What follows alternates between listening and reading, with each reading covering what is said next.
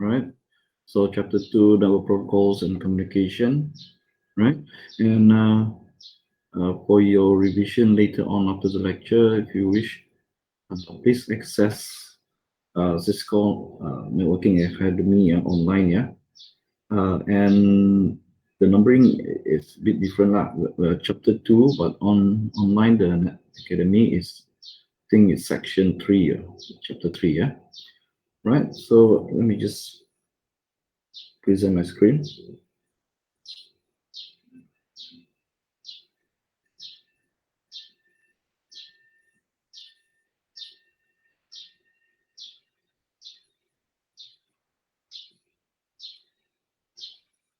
Right. So the record this lecture.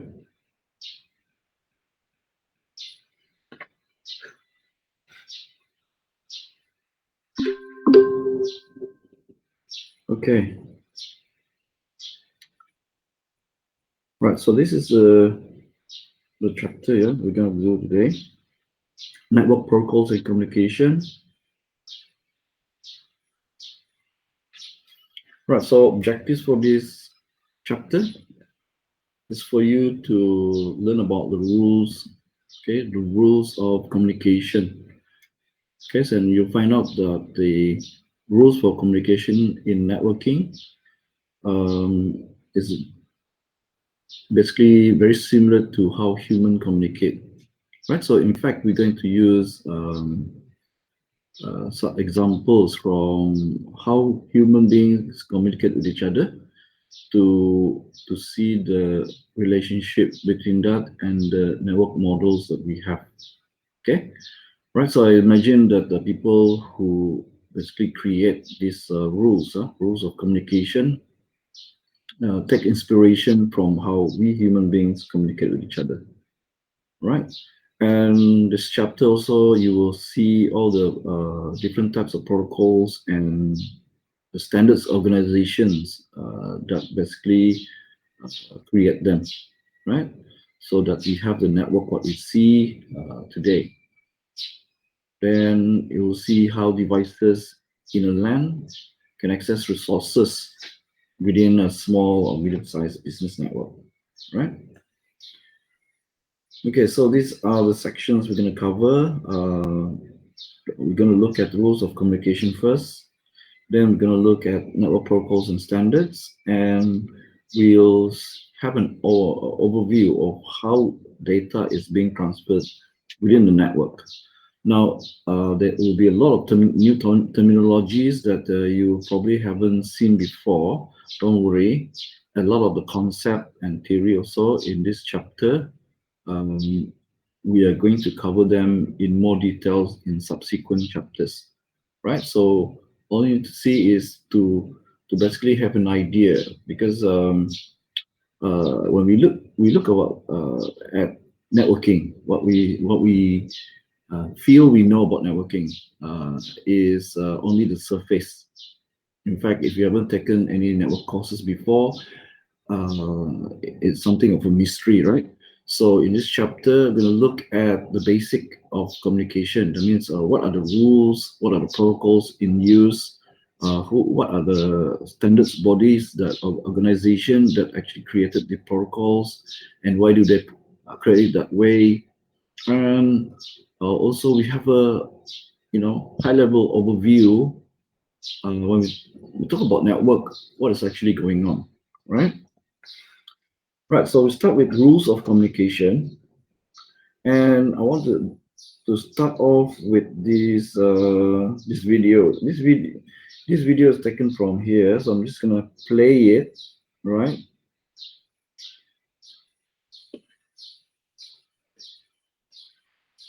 This is how we see the network.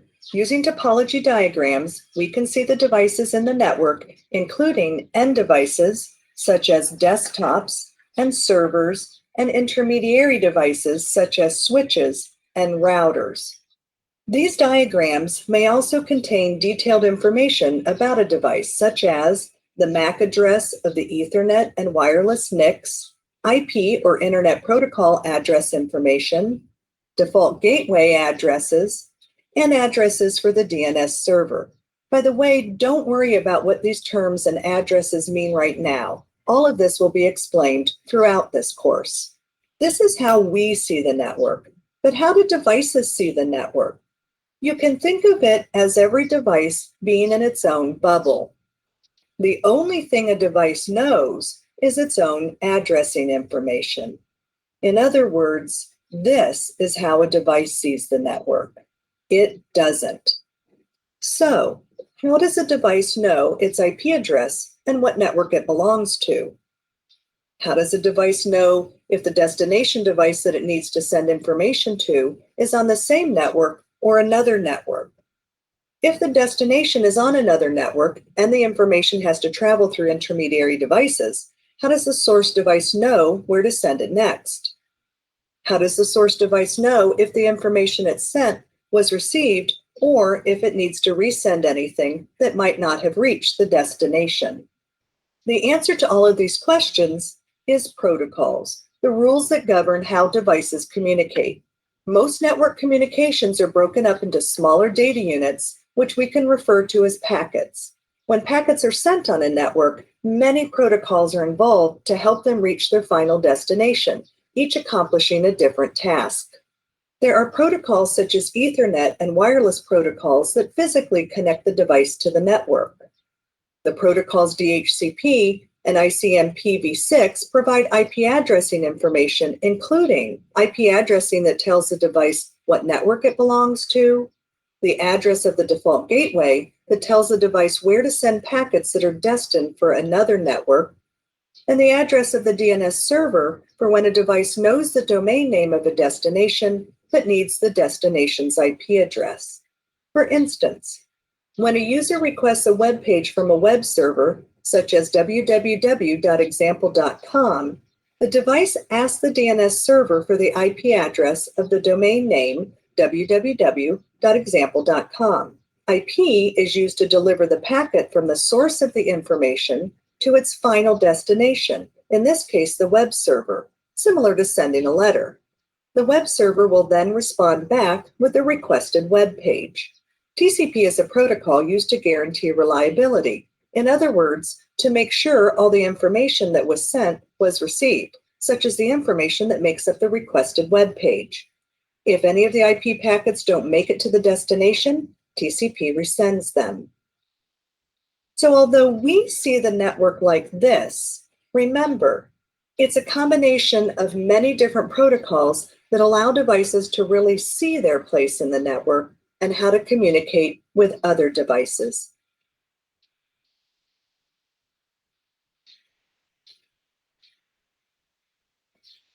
Okay, so that was an overview of a typical network, a very simple network. What you see there is a combination of all. If you don't worry if you don't know any of them, we can go through them in more detail later. But what can you take from there? Basically, it's a whole lot of things are going on within the computer networks, right?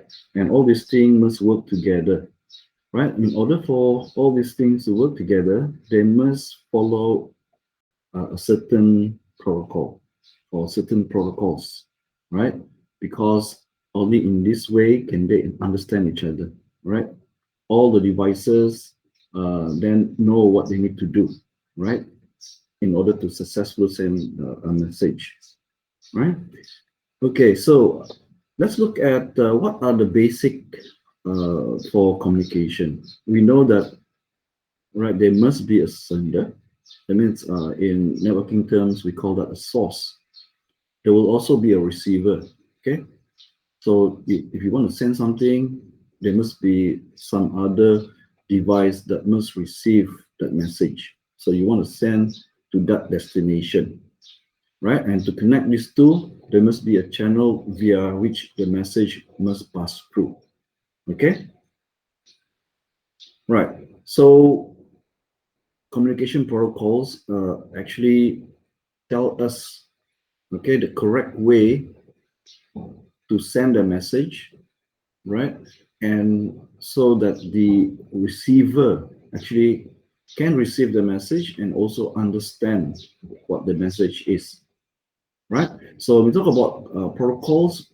Protocols are rules, right? So the rules are created in order to be standardized among all the participating devices to follow, right? You can say that in human communication, right? We just give an example. If you talk to your friend, right? So you must be aware that in order for your friend to be able to understand you, one of the things that you might think about is that what language am I going to say, right? So this is an example of you following a protocol. So if you know your friend knows English, then you want to use English language as the language for your communication. This ensure that when you talk to your friend can understand what you're saying. So that means there's a successful communication going on, right? Right. So rules, forms, protocols, and what are these rules? There are many rules depending on what uh, protocol the rules are part of, right? So you can see in this diagram, there's a message source and there's a message destination. And in order for you to send the message to the destination, right, there must be a way for you to transmit that message from your location, right? And then, so the signal then be passed through the transmission medium. You can see there are two diagrams, one involving two-person and the right-hand side involving two devices. This is to show that there are similar technique when we are sending message from source to destination, whether human communication or device communication, right? Both actually follow the same kind of technique or method, right? So you must have identified sender message, and receiver. So what do we mean by identify? It means the sender must know who the receiver is or how to reach the receiver. And if you want an effective communication, meaning two-way communication, the sender must be also able to tell the receiver how to reach back the sender, just in case the receiver needs to reply. Okay, so there must be a way to uniquely identify both sender and receiver, right? Both sender and receiver also must use a common language and grammar. Language is the language that you want to use for sending the message. Okay, so to form the message. And then grammar is a rules of how do you format that language.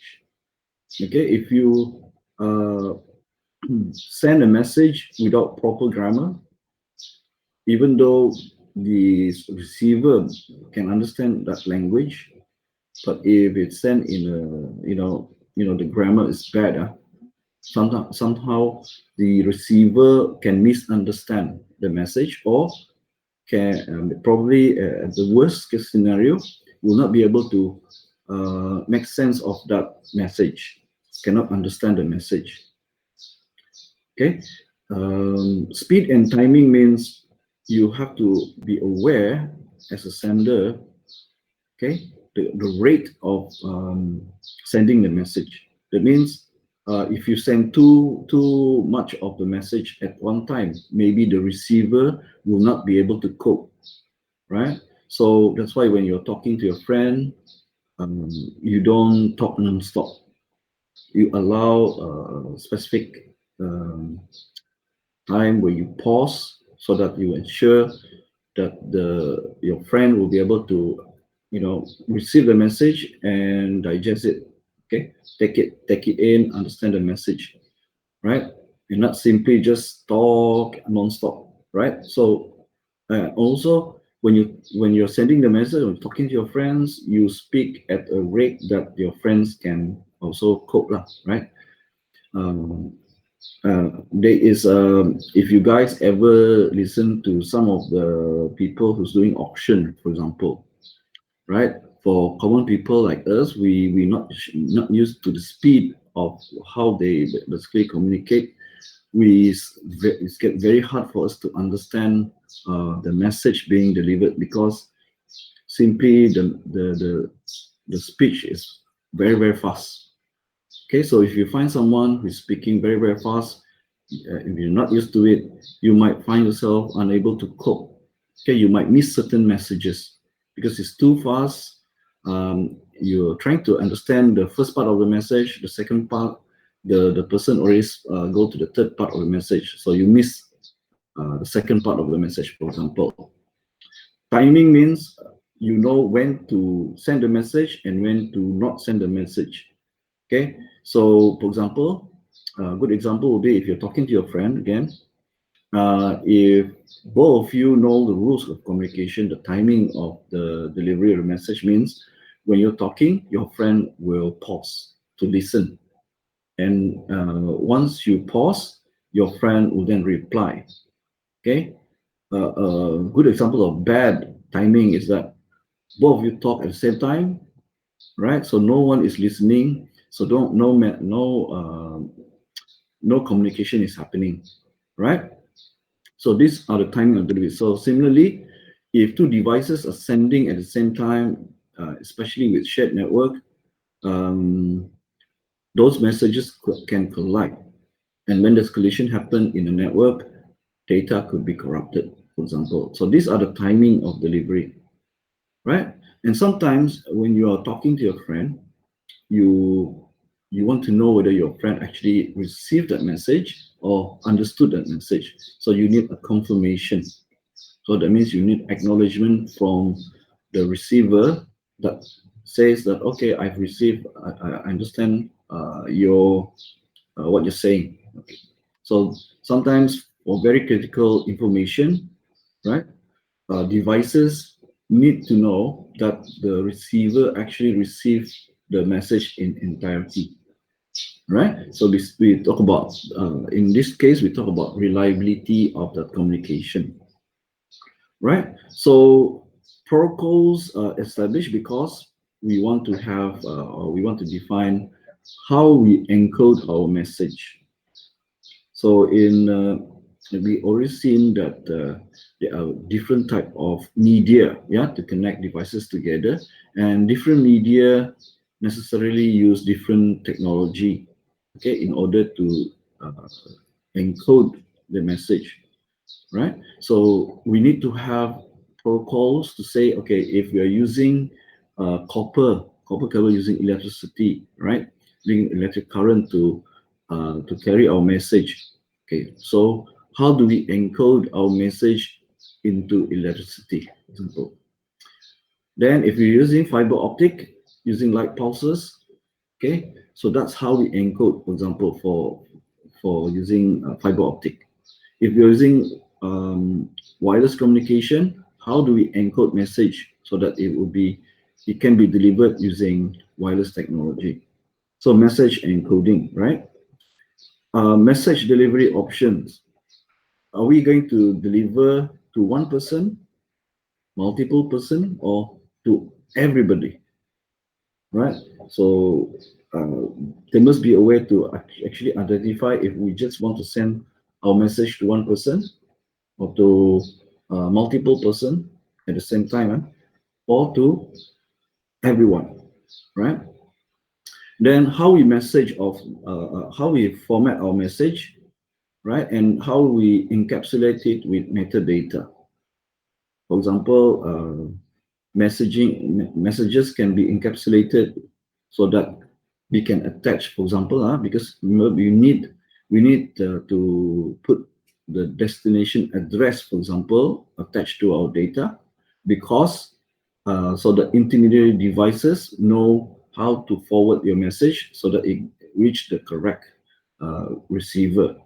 So we cannot uh, touch the data itself. We want to deliver the data as it is, so we cannot add into the data itself. So what we need to do is we encapsulate the data, we attach, right? But we don't disturb the data, we attach additional information, right? So this additional information could be the destination address. And if we want the destination address to know our address, then we also include the source address, right? So this is called encapsulation, right? And we talk about timing and the message size earlier on, right?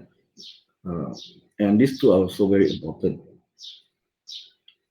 right? So the encoding between hosts must be appropriate format depending on the media between them.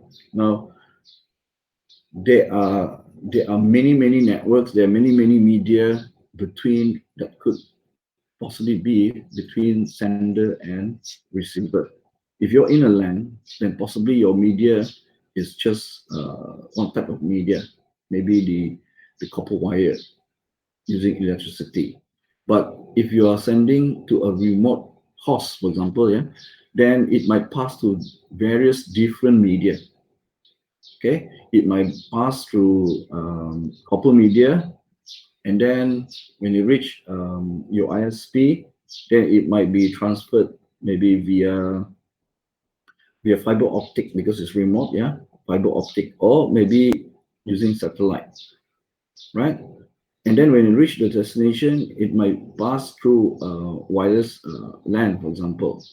So in between, media might change. So in between, there must be a way for you to encode the message suitable for the media. Right? So we're going to look at this message encoding further in the network access layer later, or the Ethernet layers later. Right? So basically, your message originate from your application, and the application runs inside a computer, for example. And we know that there are your messages are or your data encoded in binary bits, yeah, bits, yeah, and these bits are 1 and 0, if you understand. Then by the time this data needs to be passed through the media, then it has to be converted. All the high level information that we separate data and the addresses, for example, are all basically when it reach the physical level, have to be converted or encoded into bits. Okay, and these bits then are represented using electrical encoding or light pulses or radio waves, for example, depending on the media. Okay, so and the reverse happens when the message reaches the destination. So they have to reverse back. So if it was encoded in, for example, light pulses, then knowing the protocol, how it was encoded, then they can decode it back again into the appropriate message. Okay, so you encode at the sender and you decode at the receiver to retrieve back the message. Right? So when you send a message, now here the analogy, the best analogy will be when you're writing a letter, as you can see on the left. So the letter itself contains the message. Okay, the message may or may not have format depending on the application on your device. Yeah. Okay. Certain message could be free form. Certain message maybe have to have a certain format. But whatever it is, if you want to send your letter, for example, okay, example here you can see, dear Jane, this is the message itself to the receiver. In order for, because when we send a letter, we deliver via, for example, post office. This is normal letter, not email. The post office need to sort the letter into groups so that they can deliver it to different destination. How do they do that? So basically, we already know we have a protocol we follow. In order for us to deliver our letter, we need to put our letter in an envelope. Why? Because not only to protect the information we have inside, but also so that we can provide information on the envelope itself. And what information we usually provide there is the sender address, usually, and also the recipient or the receiver address. then the post office can look at that information to deliver the letter. It's the same thing or same idea that's happening inside our computer networks. And this is called encapsulation, yeah, where we encapsulation the message, okay, with additional information. So we talk about device communication. The sender need to know the address of the receiver, okay, and the receiver, if the receiver is expected to send back a reply, must know the address of the sender as well. So in the computer networks, we also do this. We take the data and we encapsulate the source address and destination address onto the data. Okay, so of course, later on, we'll find out also that there are other metadata to encapsulate the message, okay, depending on the services required, because all this information, okay, including the version, traffic class, flow labels, are equally as important as the source address and destination address, right? The intermediary device that exists on the network needs this information in order to successfully forward your message, right?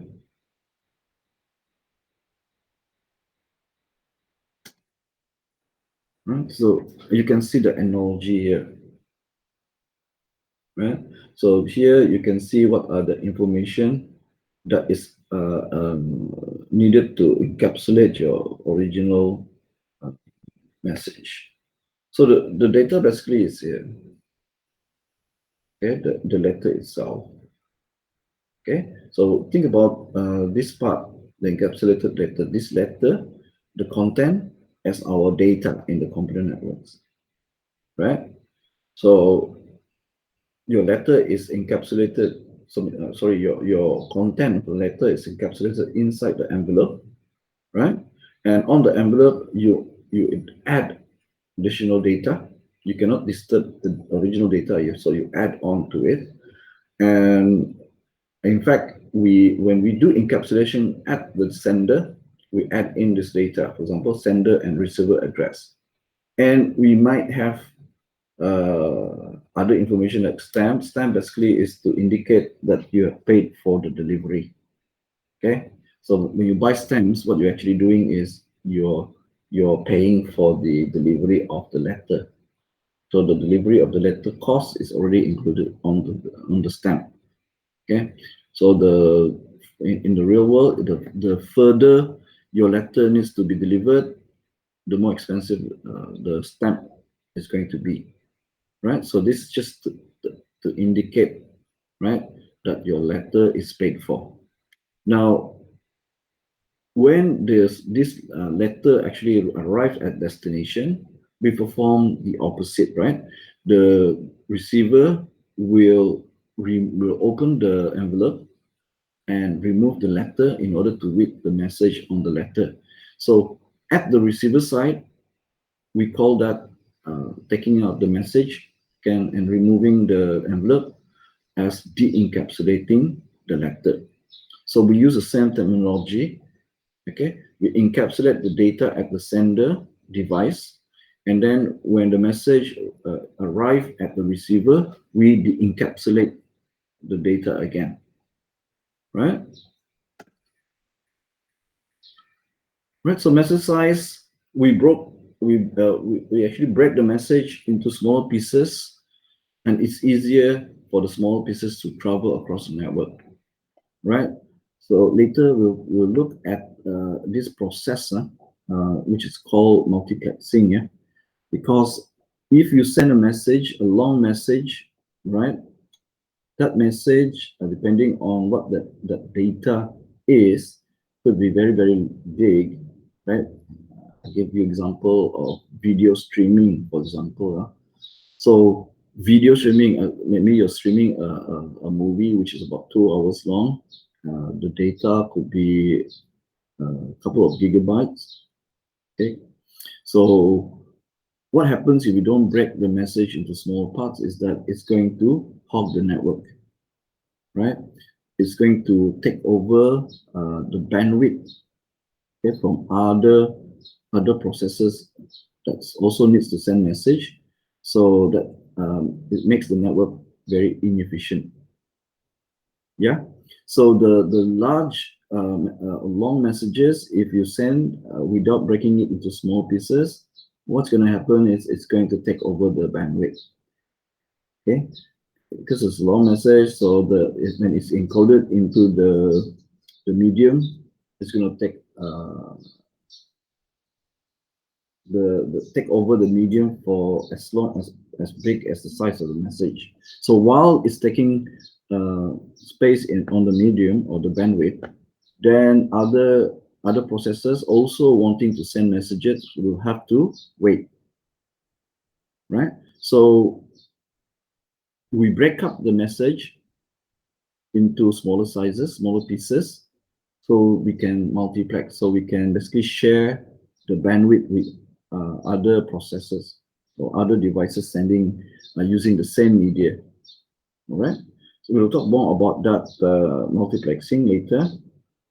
But just so you know that what the main reason why we break up messages in the network is that we don't want any message to basically take over the entire bandwidth. Access method indicates when the host can access the medium in order to send a message, right? So there are many techniques to allow this, right? Um, if you think about multiple devices sharing the same medium, right? If you sometimes you want them to send a message in a structured way, that means take turns to send message. Because if there's all of the devices send message at the same time, then you know for sure there will be a collision on the media. So when collision occur, in reality, what happens is your data will be corrupted, right? Because remember, if the data is carried or encoded in electrical signal, okay, as the electricity flow, it encounter another signal. This signal, when they meet each other, it will change their encoding, change the signal strength, and so on. So what happened is the encoded data will be changed, means it will be corrupted. So there must be a way that you can impose onto the each devices so that they can access the media to send their data without causing this collision to happen. But you will see that there are different way to handle this collision. One is to avoid the collision. One is to handle the collision. Handle collision means you know it's going to collide, so you're going to handle it after the collision happened. How do you handle it after collision happened? Okay. Another method is, okay, so we want to avoid collision. So how do we take turn to send a message, right? So these are the access methods that we're going to look also further on. Okay. Flow control means you adjust, okay, the rate of sending your data. As I said before, devices also the same as human beings. Sometimes as human beings, if the messages coming to us is too fast, we cannot cope, we might lose certain information, certain data will be lost. We cannot cope. So the same happen with devices on the network. Certain devices may not be able to cope with a very high rate of data transmission. The buffer may not be able to store and process the data coming into the network port. So some data will be lost. Okay, so in that case, what are the mechanisms available so you can slow down the rate of data? Okay, so that means you can slow down the rate of data transfer, or you can speed up the rate of data transfer depending on situation. And this is what we call flow control. Okay, and then response timeout indicates the need for the sender to know that the receiver have received the message, and because it wants to ensure that the receiver actually received the message, so it needs a response from the receiver. Usually, typically, it's the acknowledgement from the receiver sent back to the sender saying that, okay, I've received the data you sent me. Okay. If you think about real life analogy, these are the registered parcel or registered mail. Okay, for registered mail you pay extra, right? So when your mail is received at the receiver destination, that person needs to sign, right? Sign that they have received the parcel or received the letter, and so this to indicate to the sender that, oh, okay, that person received the parcel, guaranteed.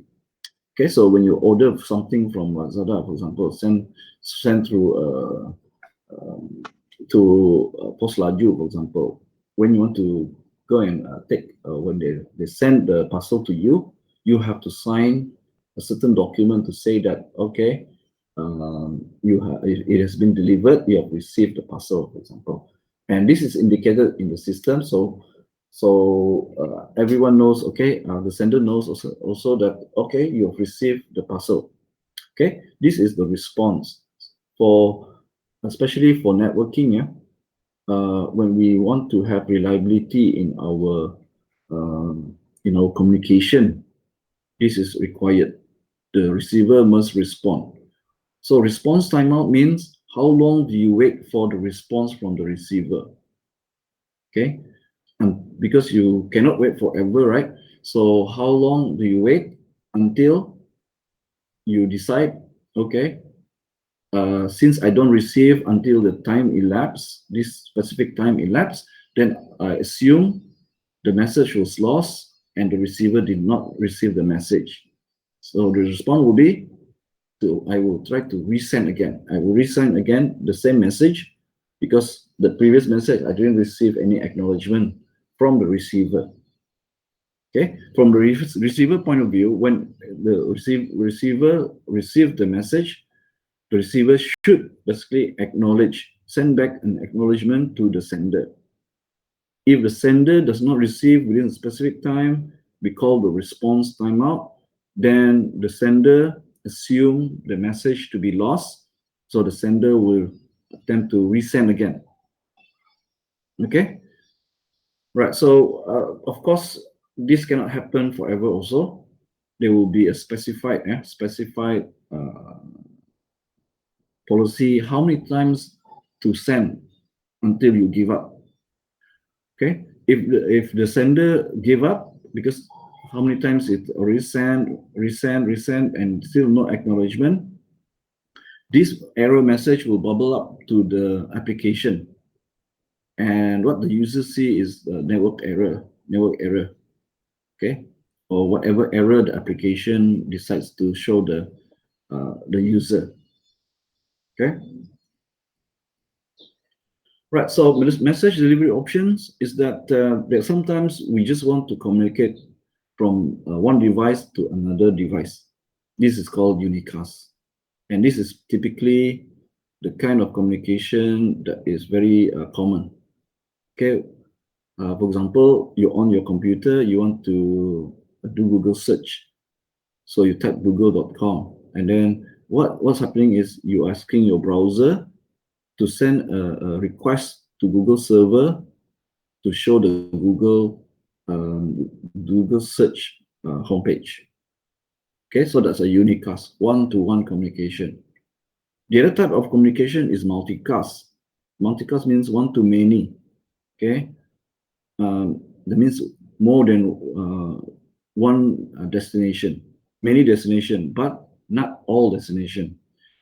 Okay, so typically, if a device or host want to receive a multicast message, then the host needs to subscribe. Okay, subscribe. For example, one example would be if your computer, for example, you set the it's an option inside your operating system.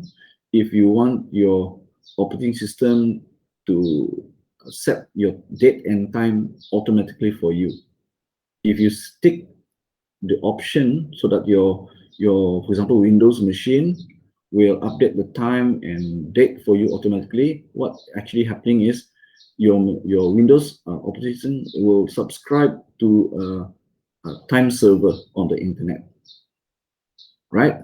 So because you subscribe to it, then every time the time server sends an update, what is the correct time, date and time, then your computer will receive the message. If you did not subscribe to it, that means you untick in your Windows option, then you will not receive the message. So because of this, some computers receive, some computers don't receive, depending whether they subscribe to the multicast. Okay, so this is a one-to-many multicast. And then thirdly, the broadcast. Broadcast, we call broadcast, imagine radio broadcast in the real world. You know, when you listen to radio, you switch on your radio and you tune to a specific channel or specific frequency, and then you will hear the broadcast. Okay, typically, this type of broadcast is a public broadcast. It broadcasts to everyone. As long as you have a receiver, you can receive the radio, right? So it's the same with computer networks. Broadcast means one to all. So the message coming from the source will be delivered to all, okay, to all the devices or the hosts inside the local area network. Now, I say here local area network because broadcast is typically not allowed to go beyond your own LAN or your own network, or else we have broadcasts running on the internet or internet, and this is taking up bandwidth. Okay, right? So there are certain usage when broadcast is actually required, especially when later on we'll see that one of the typical usage for broadcast is when a source does not know the IP address, sorry, the MAC address, okay, the address of one of the device within its own LAN. So since it doesn't know, but it wants to send message to it, so it broadcasts a request.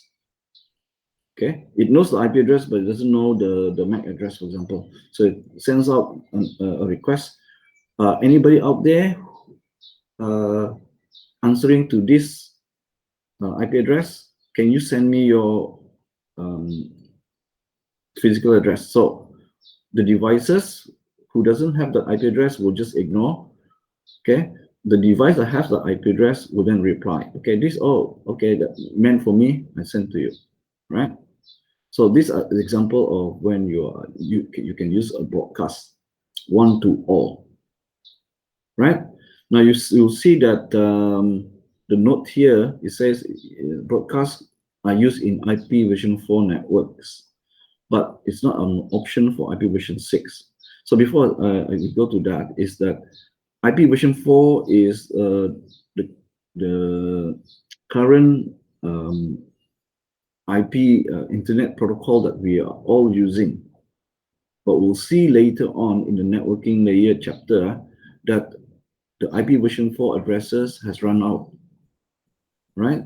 So we are at the moment in the middle of transitioning to IPv6, okay? So that because IPv6 provides us a lot more address range, okay? But it takes time, so we are in transition mode. Okay, when we are fully utilizing IPv6 already, we'll notice that a broadcast is not allowed. Okay, instead it has something similar, but it's called anycast, right? The reason being because IPv6 has such a large address range that is more than enough for every devices currently available in the world. Okay, there will be a potential, okay, that there will be a true peer-to-peer, okay, device-to-device communication rather than going through something called network address translation. So in that situation, again, we want to avoid broadcasts on the internet, right? So not allowed to have broadcast, but if you still want that functionality in a limited way, then IP version 6 still have something called Anycast. But message delivery option usually indicates whether it's one-to-one, one-to-many, or one-to-all communication, right? All right, so talk about host. When we talk about host, we talk about a device, right? Device and device. Sometimes in the literature, in order to make it more generic, so we don't care what devices, whether whatever, we talk about it in terms of node, right? Okay, so a node can represent a device, or a node can represent a LAN. Okay, when especially in this diagram, we just want to indicate the type of communication. We typically indicate without specifying what device it is. We want to be generic. We want to call it a node in the network, and we just use circles to as a representation, rather than showing exact representation, whether it's a server, whether it's a, we just use circles. Sometimes in the literature, to simplify the diagram, they just simply use circles to indicate uh, as a host. Yeah. So you can see here, unicast basically one-to-one, multicast one-to-many, and broadcast one-to-all. All nodes receive it. Okay. All right. So now we look at the some examples of network protocols and standards.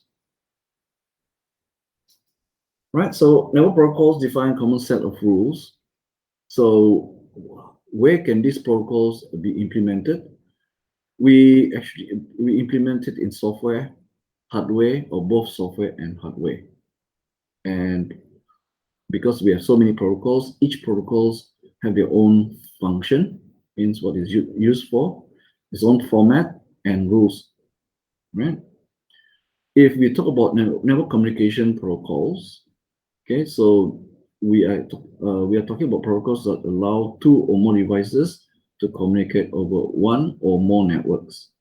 So basically on the internet network. Then, if you talk about network security, we have protocols that govern network security. Then the purpose is to secure those data that is being communicated through the network need to be secured, right?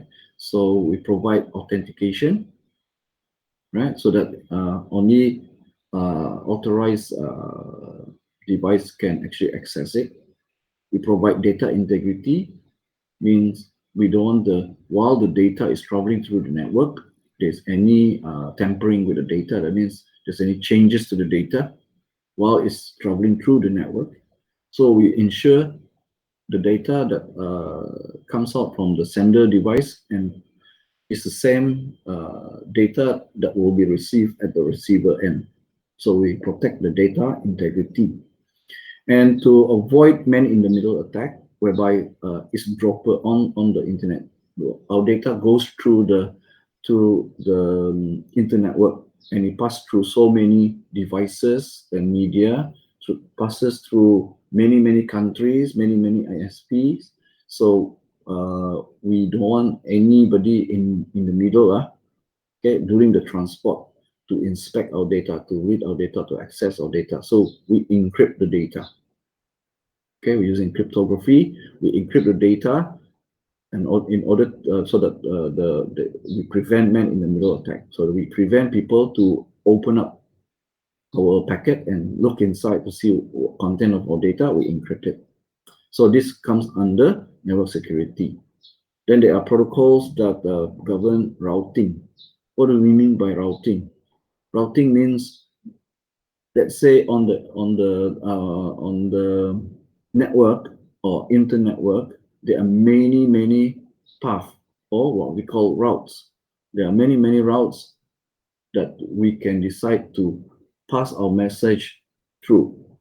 Okay, just same as if you want from here, from your house, you want to go to, let's say, KK. How many different roads you can take? You can either take the one road, another road. So which one you decide want to take? So the same. Okay, so the internet network is a mesh network. So there are multiple paths that you can take, message can take in order to reach destination. Then the intermediary devices, like routers, needs to make decision. Okay, when you receive a message or a packet and it wants to forward it or uh, route it, you have to decide, shall I route it through this path, or this path?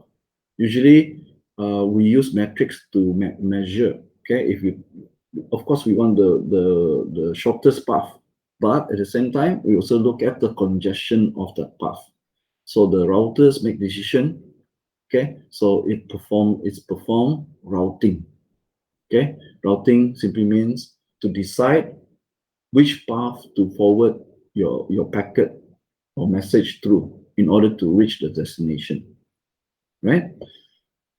And then there's protocols governing service discovery. Service discovery means if your device needs a certain service, then it will try to locate that service. Okay, there are protocols to govern automatic discovery of services. Now, one of the services is, for example, DHCP, Dynamic Host Control Protocol. Sorry, Dynamic Host Configuration Protocol. That simply means, let's say you have your smartphone, okay? You know your smartphone, in order to access the internet, must have a unique IP address. So you go to Starbucks. You go to Starbucks, you want to use Starbucks free Wi-Fi. Yeah. So, but Starbucks has its own wireless LAN, the Wi-Fi. So it has its own network address, own IP address range. So what happens is we connect to Starbucks Wi-Fi, means you need to be assigned one of the IP address in Starbucks Wi-Fi LAN. Okay, so how do you get it? Okay, you will not expect one of the staff to go into your smartphone and type in the IP address, right? So that means your smartphone will try to use one of the service discovery protocol. In this case, it's DHCP, to basically query the DHCP in Starbucks Wi-Fi wireless LAN to ask automatically, hey, can you give me an IP address, right? So that I can connect to your network, then I can use your network connection to the internet. So that's basically one example of protocol for service discovery.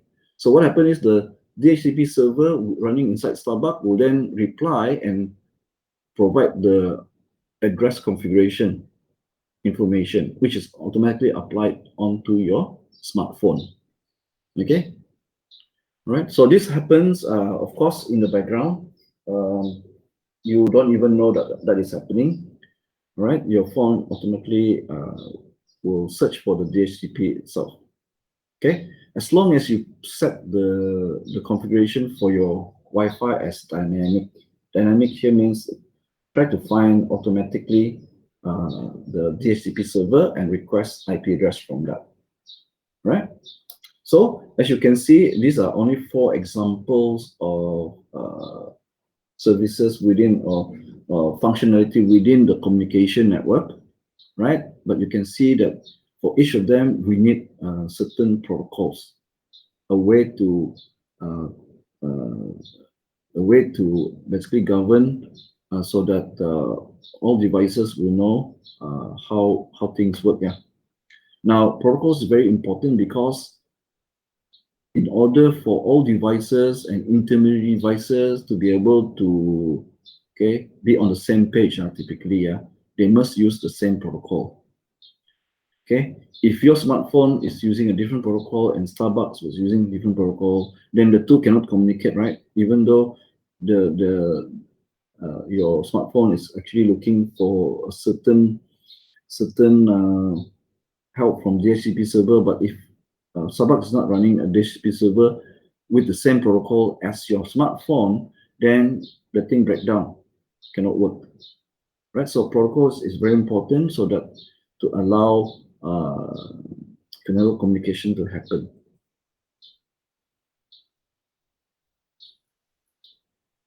right? Okay, so devices use agreed upon protocols to communicate. That means, of course, the only reason why, for example, internet works globally, it doesn't matter which country you are or which device you use, whether you use Linux, use Windows, use Android, all these are different OS, but the networking protocols within those devices, within the operating system, are using a common protocol, right? So all of them, because they're using common protocols, agreed upon protocols, they all agree to use the same protocols basically, then they are able to communicate to each other, even though they're using different hardware, different operating systems, right? They are in different parts of the world. As long as they're following the same protocols, then they can communicate, right? So protocols may have one or more functions. Okay, they'll talk about the addressing. This addressing is useful for identifying sender and receiver. Okay, this must be unique. Yeah, addressing here must be unique to to avoid confusion. Because if you have this, more than one host having the same address, then how does any intermediate device able to send a message to which one, right? Reliability here means provides guaranteed delivery. So if you choose one of the protocols that says, okay, I provide reliability, then you are guaranteed delivery. Whatever it is, if you send your message, as long as the receiver is online, is connected to the network, right, and it's on, then the data will reach it. Okay. Flow control ensures data flows at efficient rate, not too fast, not too slow, and can self-adjust itself, for example, if network condition changes. Okay, remember we have to break our data into smaller pieces so it doesn't hog the bandwidth. Okay, when you separate it to pieces, later when it reach destination, all these pieces needs to be reassembled back together, right? So in order for you to be able to assemble it correctly, you need to have sequence number. So we talk about sequencing, uniquely labeling each of the transmitted segment of data. Those pieces, each pieces, you cannot simply just combine them anyhow randomly, or else your data will be corrupted, right? Because you already chop them off into smaller pieces. So you have to combine them back again at the destination to get back the data, right? So you have to do it properly. You have to do you when you break them into pieces, you label them with sequence number, so you know how to assemble them back again. Okay, if you don't assemble them back according to the sequence number, then you might have a corrupted data. It's mixed and randomly uh, combined together again at the destination. So there are protocols that affect sequencing. Then, in order to detect any corruption of the data during transport, then we have protocols that provide error detection. Okay, so data can be corrupted during transport, right? Could be due to the media itself. If your network cable, the network cable runs on electricity, if it gets because it's prone to interference strong enough could alter the encoded signal, and that means it's corrupted. Okay, or somehow one of the intermediate device is malfunctioning, faulty, for example, then data can become corrupted. So you need to have a way to detect this corruption. All right. Okay, we'll talk more about that in the data link layer later. And then also some protocols basically govern application interface. Because when we are at the level of application, the application layer, for example, we're talking about, okay, you're using browser, you're using WhatsApp, you're using all these applications are network capable, right? And for example, the browser, we take the browser is the client, the web server is the server, right? So what happens is, typically when you're browsing is you're requesting a web page from the web server. And then your browser receives the web page and your web browser will attempt to render it. If it's successful, then you can see the content, you can see the web page, right? So in order for the web browser to be able to talk to the web server and vice versa, then this is what we call process-to-process communication. So that means you need to have protocols to govern the communication between your browser and the web server at the application level. And in the case, if you're wondering, how does the browser, what protocols the browser use to talk to the web server? We're using HTTP, the Hypertext Transfer Protocol, right? So that's one of the application interface that you perhaps, yeah, right? Right. So networks require the use of several protocols. In fact, every layer, later we'll talk about layers, every layer of the networks actually has their own protocols.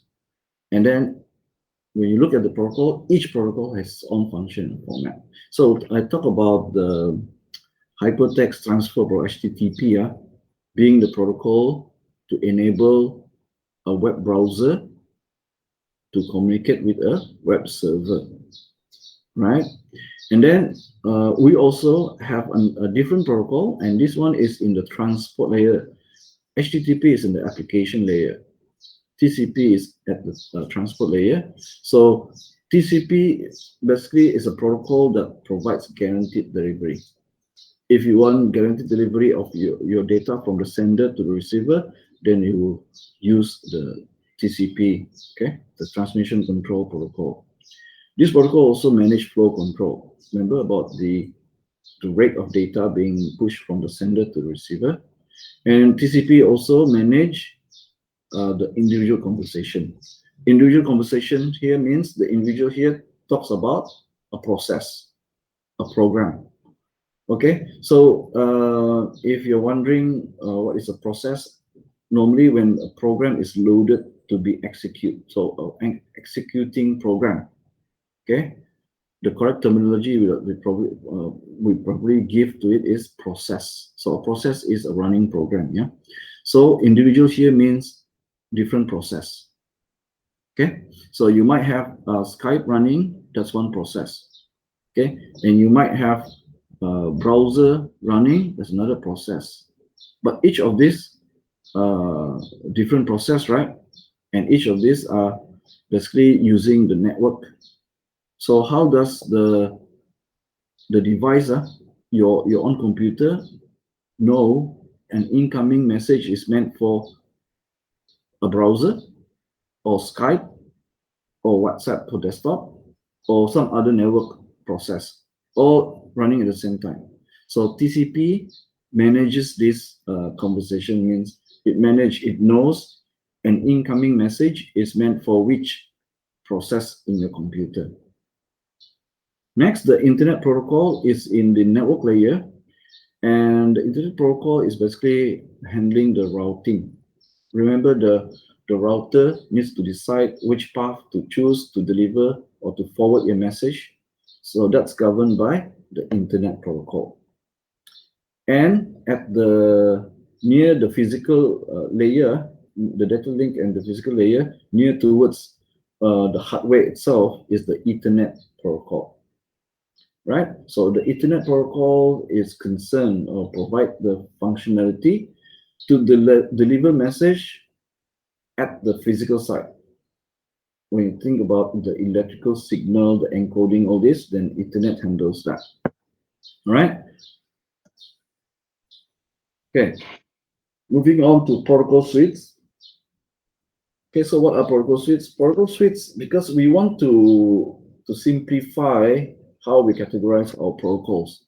So if we have a set of protocols, okay, and they are basically all related to the similar functionality, right? Then we group them together, we call it a protocol suite. Okay, so it's a group of interrelated protocols which is necessary to perform a communication function. So to enable this function, this communication function, we need several protocols. Okay, so because they are related to each other, we group them and we call them a protocol suite. Okay, so these protocols, we can group them in terms of which layer they are in and which functionality within that layer they are responsible for, right? So if you look at the diagram, you can see that even human communication, we can basically divide them into different layers. So at the content layer is the actual message itself, right? So when you talk to your friend, what is the meaning of your message, the content of the message? That's content layer, right? And then if you go to the rules layer, so enable you to be able to relay your message to your friend, you have the rules layer, which handles, okay, what language are you going to use? Okay, so that means if you're using that language, your friend must also agree to use the same language. Okay, and then how are you going to do the timing? Okay, you speak first, and then your friend speak, and then, okay, is there any signal to indicate that, okay, I'm finished my side? Okay, you start talking. Okay, there's a protocol to govern that. Okay, signal when you're finished, and then the other party will start talking, and then signal again when he's finished, right? In fact, we do this when we are communicating, but it's already ingrained in us since young. So but there are still people who don't observe the etiquette or the rules. Yeah. So even when the friend is talking, they just interject. They just cut off. Right. Yeah. So it's just unspoken rule, right? Yeah. Yeah, actually the rules are there, but it's unspoken because we are already ingrained in us as part of the etiquette. Growing up, we are taught the rules. Okay, if your friend is talking, it's impolite to interrupt. These are the rules actually. Okay, but of course, as I say, there are some people who still broke the rules lah, or don't care about the rules. And of course, because we are so used to it, we can pick up cues. These are the signals. We can pick up cues from the tone of the other person, the facial expression, the pause. Okay, the pause in the timing of the message. We take that. We are very good in picking up these cues. Yeah, human behavior. So although we say unspoken, but actually it's there, right? We just detect it and then we respond to it. But it is there. The signal, you sort of, especially if you know your friend very well, when your friend is talking, when you hear that change of tone and the pause, then you understand that your friend now is finished. Then you will then have a say to respond. All right. Okay, that's part of the rules layer. Okay, but of course, in the computer network, these rules cannot be unspoken. It cannot be implicit. It has to be explicit. That means it has to be there, very, very clear. So there's no misunderstanding between the devices. There's no miscommunication. That means there's no way that the other party um, don't know about the rules. The rules are very explicit, right? So once the rules are there, and these rules make up the protocols, then anybody who wants, or any devices on the network who wants to be part of the network, part of the communication network, then they need to follow the same protocols. Okay, and then we have the physical layer. For human being, the physical layer means the mechanics of transporting that message. So then here we go to the anatomy of the human body and the physics of sound wave, okay, traveling through the air. So you think about it, it's quite close. Okay, the message is formed in our brain. Okay, and our brain works with electrical signals. Somehow the electrical signals is sent to our voice box, and this is our transmitter, right? Our transmitter. It's changed to physical by way of vibration in our voice box. This vibration compress and contracts the air coming out through our mouth, for example, and it forms sound wave. And the sound wave can travel through the air towards the receiver, your friend. And then at your friend, there's a receiver, which is the ear. Again, the sound wave decompress the eardrums, which in turn, connects with the three ear bones. Yeah. Okay, and it's actually again converted to electrical signal going back to your friend's brain, and the brain interprets that signal. Right? So that's the communication at the physical layer. So you'll see that network communication also happens in the same way. At the physical layer, then we talk about electrical signal, or we talk about light pulse. We have the transmitter. For fiber optic, for example, transmitter is a laser, okay, and it is encoding in terms of laser pulse. Okay, and it travels through the fiber optic. The maybe it's made of glass, maybe it's made of plastic, but it's transparent. And then when it reaches the destination, there's a light detector. This light detector detects the light has traveled quite far through the fiber optic cable, and then it's in that pulse, and then it tries to decode it back into digital form, right? So if you think about it, the analogy is very close. But all this, for example, the encoding of the light pulse, the uh, the mechanism, the way the light detector works, the way the laser light pulse, all this also governed by protocols. Why? Imagine there will be many different types of manufacturers. Okay, so if they want to be compatible to each other, okay, then they need to follow the same protocols, even software or hardware, right?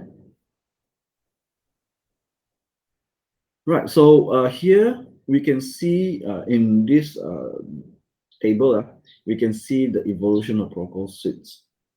Throughout the years, from the start when in the internet we just call ARPA.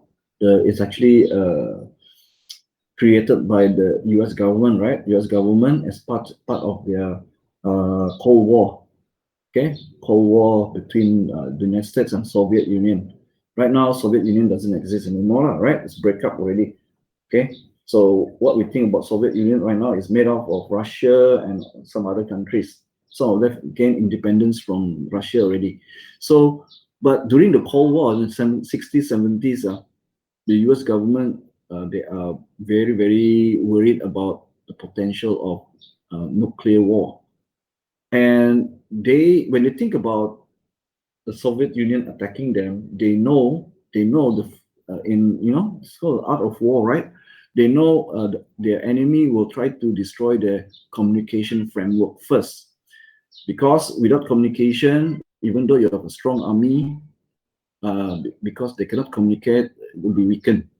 So they said, okay, the first thing we need to do is create a kind of network that is very flexible, very robust.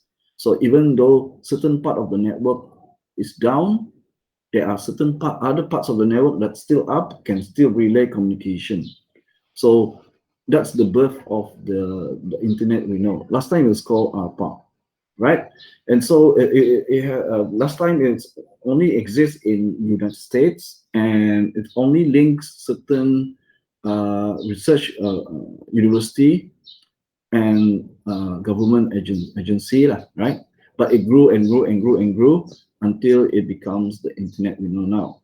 And part of the reason is that the protocols that we talk about, okay, right? The protocols that we talk about has gained dominance, and it's gained dominance because it is an open standard, right? Means it's free to use for public use, which means if you want to use the open standard network protocol suites, you don't have to pay for it.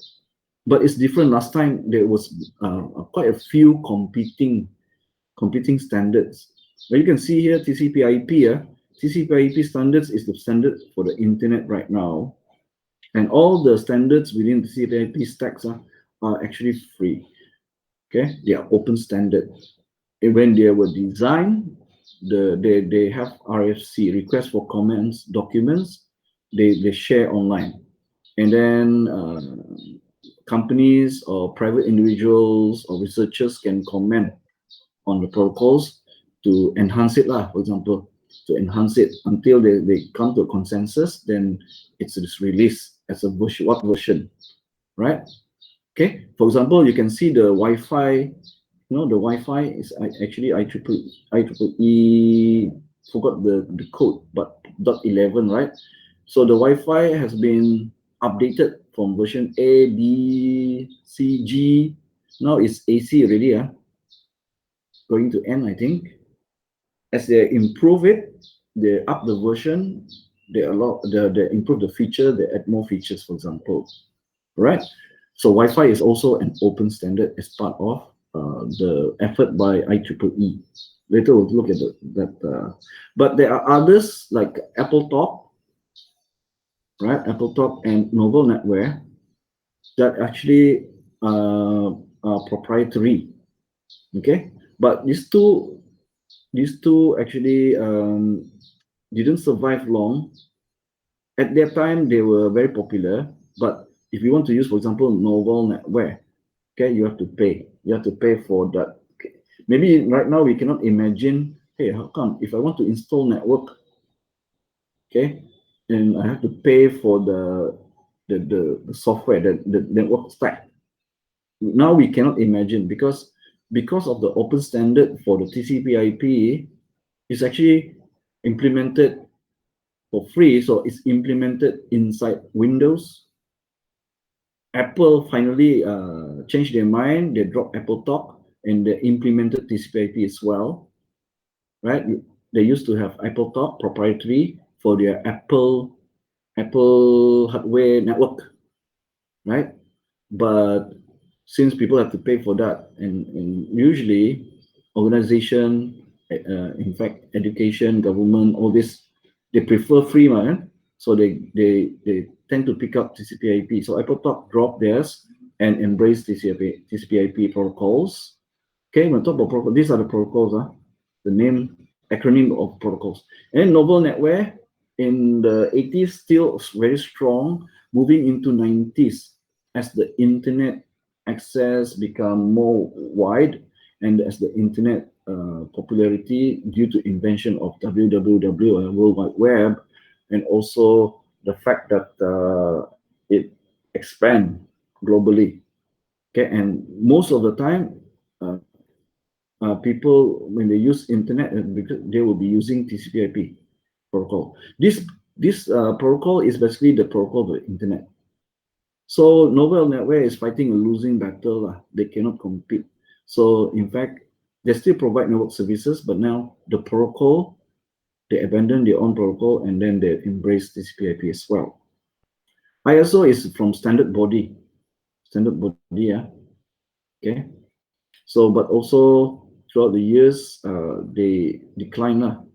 Right now, the one that everyone is using. Definitely, if you have a device, you have a, whether it's a computer, laptop, tablet, or whatever operating systems, if you want to be able to access the internet, you can, on LAN, no problem. You can have your own protocols.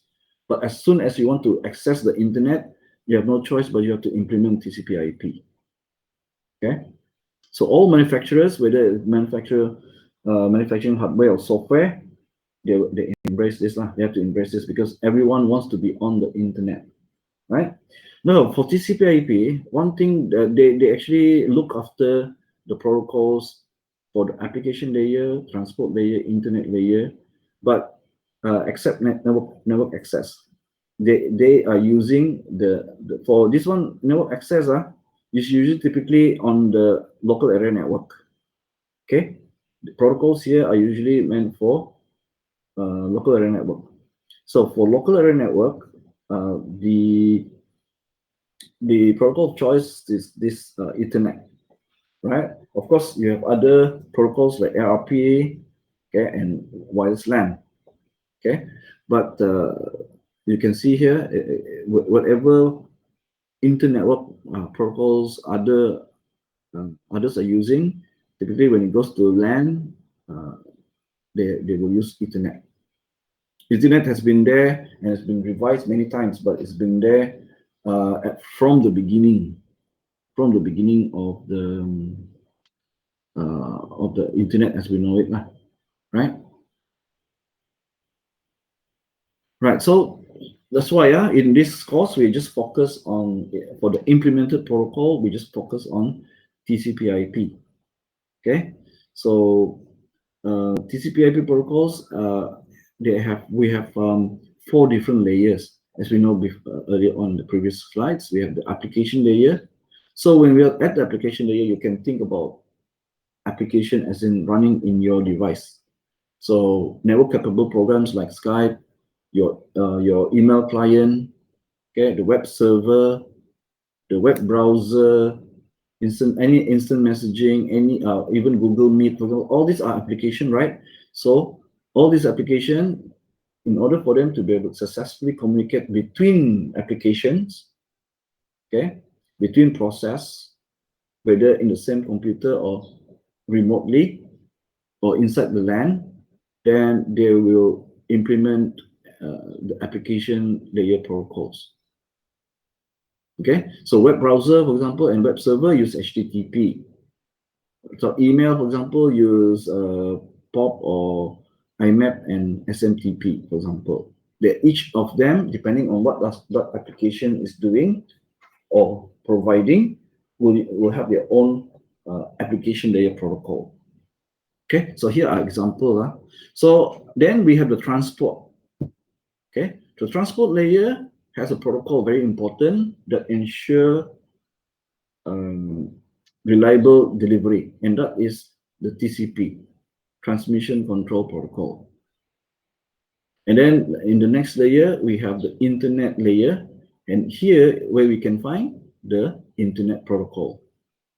Okay, so these two very important, transport and internet, in order to transport your message. So that's why normally we call it TCP/IP. Of course, there are other protocols here. For example, UDP. Here, well, you have IP is generic. We have IP version 4, IP version 6, and then we have the ping protocol like ICMP here as well, right? But here is where we can find the internet address provided by the IP, right? The internet protocol specify the internet IP address. Okay, then closer to the physical hardware, we have this network access.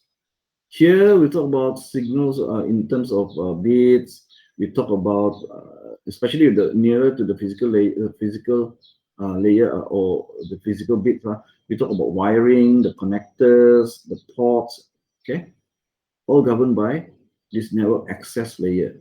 And one of the protocol in this network access is Ethernet. So you can imagine down here is the physical hardware. And then up here is the users.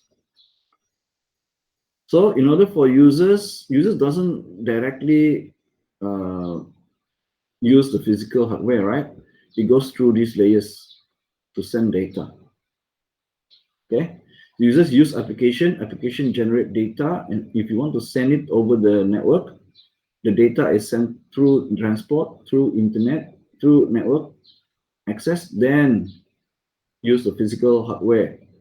Okay, NIC, the cabling or wireless media, and then transported through the physical media, right?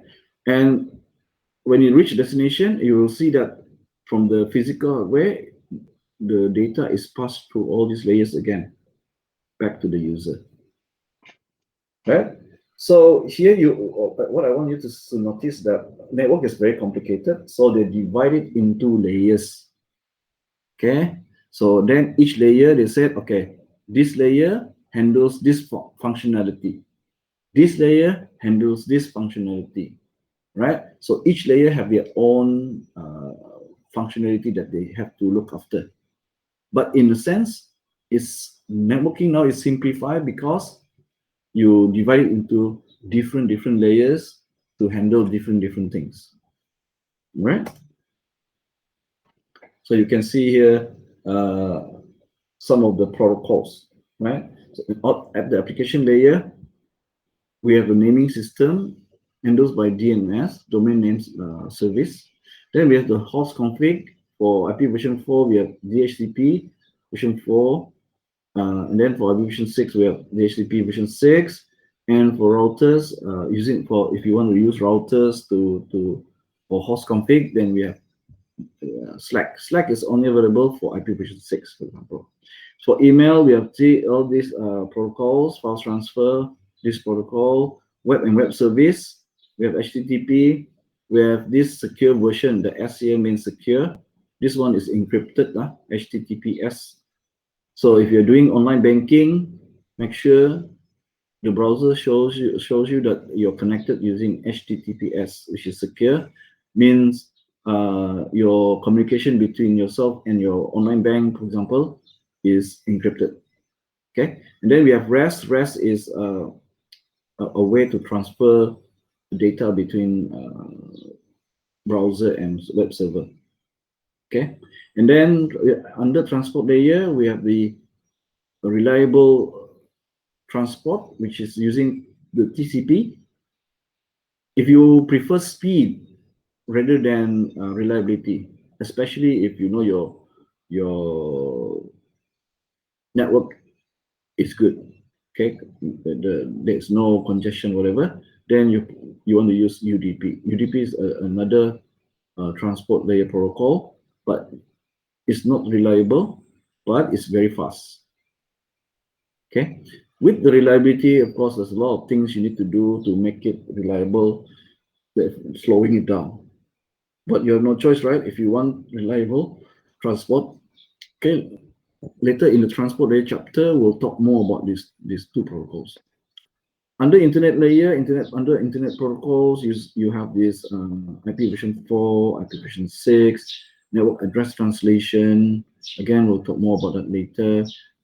For messaging, in terms of you want to make sure, let's say you want to diagnose your network, you want to see whether another device is online connected, then you might use ping. Ping uses ICMP protocols for IP version 4, IP version 6, right? And then we have the routing protocols. These routing protocols helps routers, okay, to choose which path to forward your message. So we have OSPF, ERGRP, BGP. Now, for this course, we are going to focus on all these protocols, because under network access layer, so we have the address resolution, data link protocols, Ethernet and wireless LAN. And in subsequent, after this, if you've joined, if you already complete this, you go for your next network course is called complete network.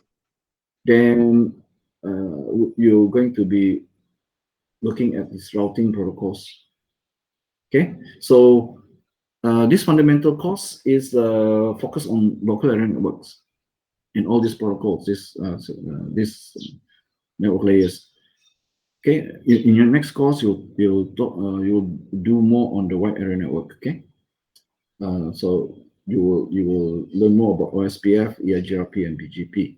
Those are routing protocols running inside routers. Okay. Okay, so we talk about who actually designed these protocols. Okay, so there are different protocols. So we have different standard body that looks after them. So we know the internet is running on the TCP/IP protocols, and we've already talked about them being open standard. So why we want to have open standards rather than proprietary?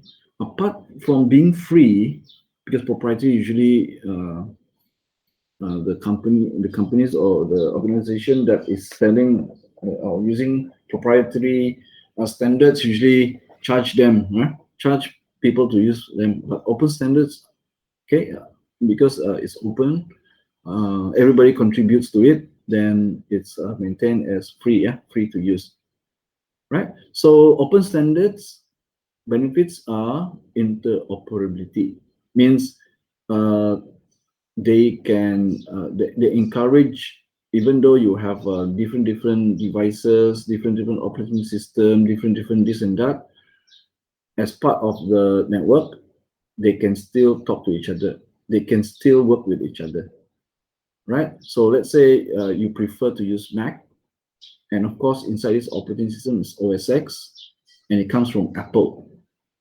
Since Apple embrace open standard now, so it's running TCP/IP stack inside its device, then there's no problem. You can connect to the internet. Okay, if you're running Windows also embrace TCP/IP, then Windows also connect. Windows machine also can connect. So if you prefer to use, let's say you buy a switch, okay, for your home, and you prefer D-Link, right? With D-Link, somebody else prefer TP-Link. They are different manufacturers, but because they follow this standard, doesn't matter which brand you use, it will work. Okay, and then when you purchase, right? Let's say you purchase access point, then you see the Wi-Fi. This Wi-Fi, this from this manufacturer, only have 2.4 gigahertz. Then, but the other one is faster because it's using 5 gigahertz also, right? So, but because it's the same standard, doesn't matter. You implement it in the switch, your phone can connect, your laptop can connect, because they follow the same standard. So it's interoperability. Different devices, different whether software or hardware, can operate together. But at the same time, from the vendor point of view, it promotes competition. Why? Because anybody can just create a company to manufacture switch or routers, or or network cards, or cables, or connectors, or whatever you need, whatever hardware, right? And in terms of software, anybody else can, let's say, take a web browser. You can create your own web browser. In fact, we have so many. We have Chrome, Edge, Safari, Brave, or you just give a list. You can a list of browsers. They're all providing the same thing, and they're all compatible. Okay, so this encourage competition. In terms of vendors, that's sell hardware, for example, when there's competition, okay, they will the customer will win in terms of the prices. When vendors compete, okay, they try to get you to buy their product. Okay, it doesn't matter which one you choose, right? Because it's compatible, it can interoperate. So in one of the technique in sales and marketing they normally use is that, okay, mine provide more features but at lower price, for example. This is the competition, and they always try to provide more value, more features, as long as it follows the protocols. For example, mine, my switch is better. It lasts longer. It doesn't gets hot too much, and because the hardware inside is good quality, the circuit is we design is very good. It's compatible, but it's faster. It works faster than our. So it encourage innovation, right? It encourage innovation. Okay, so open, basically summary, open standard is good. It's good for the vendors. It's good for the users. So who look after these standards? Although it's open standard, to avoid being chaotic, there will be a organization that actually guide and look after the standard itself, maintaining the version if there's an improvement, changes, things like that, right? So we have standards organization.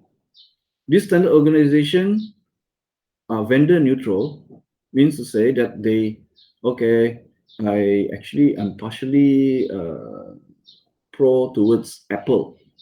So Apple has a bigger say on how the standard moving forward, right? So then it will cause a rift in the industry. Why you follow Apple? We actually don't want something like that.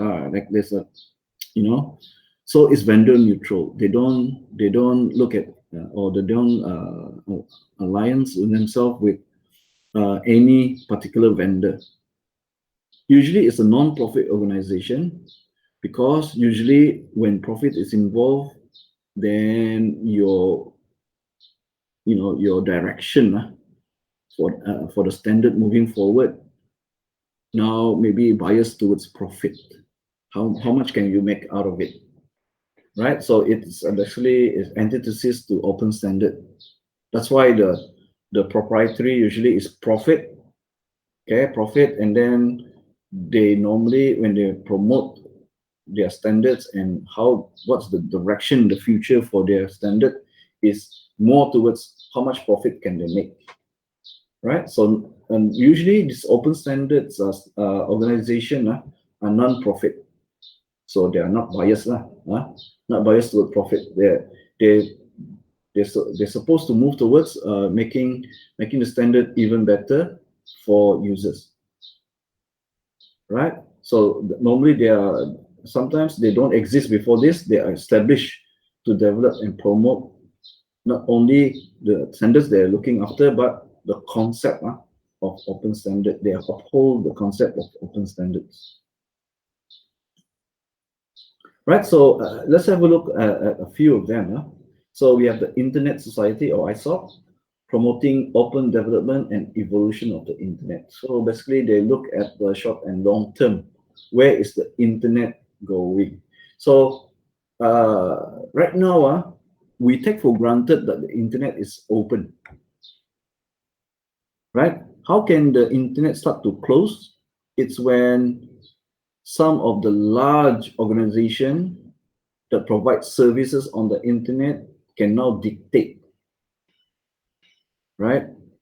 If you guys read the recent news, there was a spat between the, I think, Australian government with Google, where the Australian government is saying to Google that, hey, since you're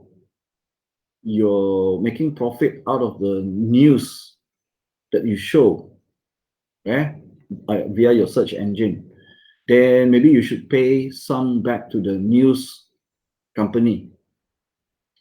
Okay, this scared Google so much. Okay, because when they have to pay, and then everybody else also want to ask, hey, my information also you show from your Google search, so I also need to be paid, something like that. So if and to such a fact that Google actually say In that case, we will move out of Australia. What does it mean? Means to say, if they threaten that and they go through with that, means Australia will not have access to Google search or Google services. So in that sense, do you think it's still open? That means there's a walled garden for the people of Australia. They cannot access certain service already. Now, this is also already happening. Of course, we know in China, certain things cannot access. There's censorship, right? So the Internet Society try to promote lah, okay, what's the direction if the internet is always evolving, how it's used for, what it's used for, and how do people participate on the internet. Okay, so it evolves over time. So what direction do they want it to be? Okay, of course they cannot impose on countries lah. Countries have their own rights, but they can promote what they see as a good way to for the internet to evolve into, right? So, for example, do we want more client server kind of service provision, or do we have peer-to-peer? Okay, that means nobody controls. For example, how do we prevent, let's say, companies from abusing, right, the use of user data? Again, we talk about the recent event with WhatsApp. Okay, WhatsApp and Facebook. What kind of internet are we expecting for the future? Right? Then we have the Internet Architecture Board, IAB. They are responsible to manage and develop internet standards. Okay, so if you want to, let's say you say, I want to now have IoT. Okay, so IoT connects to the internet, connects to the cloud. What kind of, how is that going to be like? What kind of standards do we want so that, all the IoT, Internet of Things, right? All the IoT things that want to connect to cloud, what kind of standards do we want to provide? Example, then we have the Internet Engineering Task Force, or IETF. They develop, update, and maintain the Internet and TCP/IP technology. Right, so if they want to upgrade TCP/IP, say, right now we are missing this feature. Maybe it's not secure enough, or whatever. So we want to put these things in.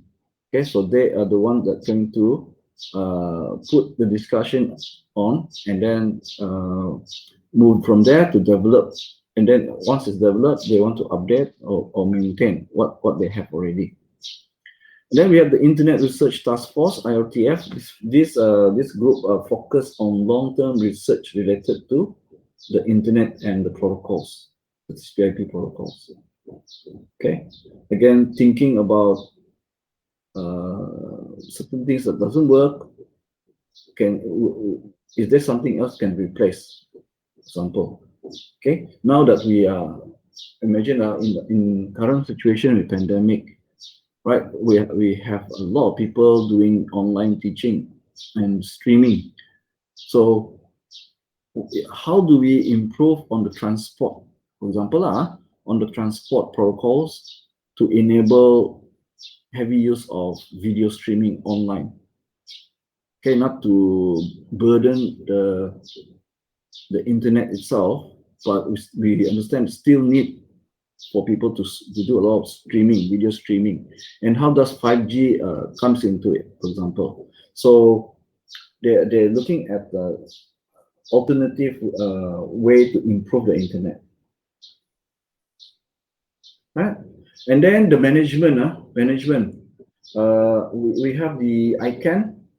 They coordinate IP address allocation. For example, the range of unique global IP address, the one that you can use on the internet, is actually divided amongst the regions on Earth. Let's say European, Africa, Southeast, or Asia Pacific, for example. What are the range of IP address allocated, right? And then after you assign ranges for the region, within the region, all the telecommunication company, they have customers who wants to use the internet. So they need to have a range that they can allocate to their customers, for example. So who decides on what range to give to which region is the internet for sign name. Also, at the same time, they are talking about domain name. Because IANA, okay, domain name, they are in charge of uh, providing domain name. For example, we have .my for Malaysia, .uk for United Kingdom, .us for US, and then these are for countries who decide, okay, what is the initial at the back for what country. At the same time, we have .com, okay, different high level domain name, right? .com, .org, .net, okay, and then nowadays we have .io, whatever, right? Who actually is in charge to say, okay, now we have this domain name, right? And to basically assign domain name to domain name providers, which companies they say, okay, can apply to say, okay, can I also provide the existing domain for my customers, for example, right? Right. So and then we have others. These are more towards the data link and physical layer for ISO. You can see that we have IEEE that involve in more towards the electrical and electric aspect of the networking, right? And then we have the EIA, Electronic Industry Alliance. They talk about the electrical wiring, connectors, and network racks. Okay, they define it, and so that because network racks is very important. What's the size? You cannot simply have different size, and later you buy let's say the switch, the size of the switch, the routers, and then if you want to fit on the rack, it cannot fit. So they even network racks, where you place all your networking device on, they also have to have standard. What's the size? What are different sizes? Okay, and they have to decide this so that it's compatible, the rack and the network device compatible. Because as a network administrator, you still need to know if I put my switches, I have 10 switches, 20 racks. I want to put, how do I put it? Of course, network racks, right? So if I buy, will it fit? Things like that. So the IEEE, basically, one of the standard they are looking after, for example, the one that we all know is the Wi-Fi. So, for example, Wi-Fi comes under IEEE, the Wi-Fi. So if you want faster, better Wi-Fi, then you have to look at the documents provided by IEEE and what's the direction, what's next, right? And then we have the Telecommunication Industry Association. They provide standards for radio equipment, cell towers for the mobile phones, voice over IP devices, and satellite communications. Then we have the ITUT. They provide standards for video compression, the IPTV, and broadband communication. So, for example, like what does that Astro is providing digital broadcast via satellite, right? So, of course, the bandwidth is very precious. So they need to compress. Actually, they compress their video streaming. Okay. So what kind of compression do they use? Where do they get this from? For example, so they will use video compression provided by as a standard by ITUT. Why? Because then the manufacturer knows if they build the hardware. Astro don't build they just put their label on the satellite receiver and also the Astro box. But they don't build that, but they have companies build it for them and then they put the label on it. So those companies, those manufacturers creating those, they have to follow a certain standard or else it will not be compatible, right? Not be compatible. So ITUT is one of the standards body that look after the standards for video compression, IPTV, and broadband communication. Right, I've been talking about the ISO model, or sorry, OSI model and the TCP/IP model. Here, we're going to look at this reference model. This OSI model can be for TCP/IP model, and OSI model is actually not implemented because it acts as a reference model. Or this reference model basically is a set of documents that says if you want to have a network, this is how you can build it. So the OSI model you can see here is divided into 7 layers. And usually for OSI model, although they have name for each layer, we also refer to them by their number. So starting from the bottom physical layer, we call that layer 1. And then layer 2, 3, 4, 5, 6, 7, with application being layer 7. Right? As you can compare here between OSI model comparison with TCP/IP model.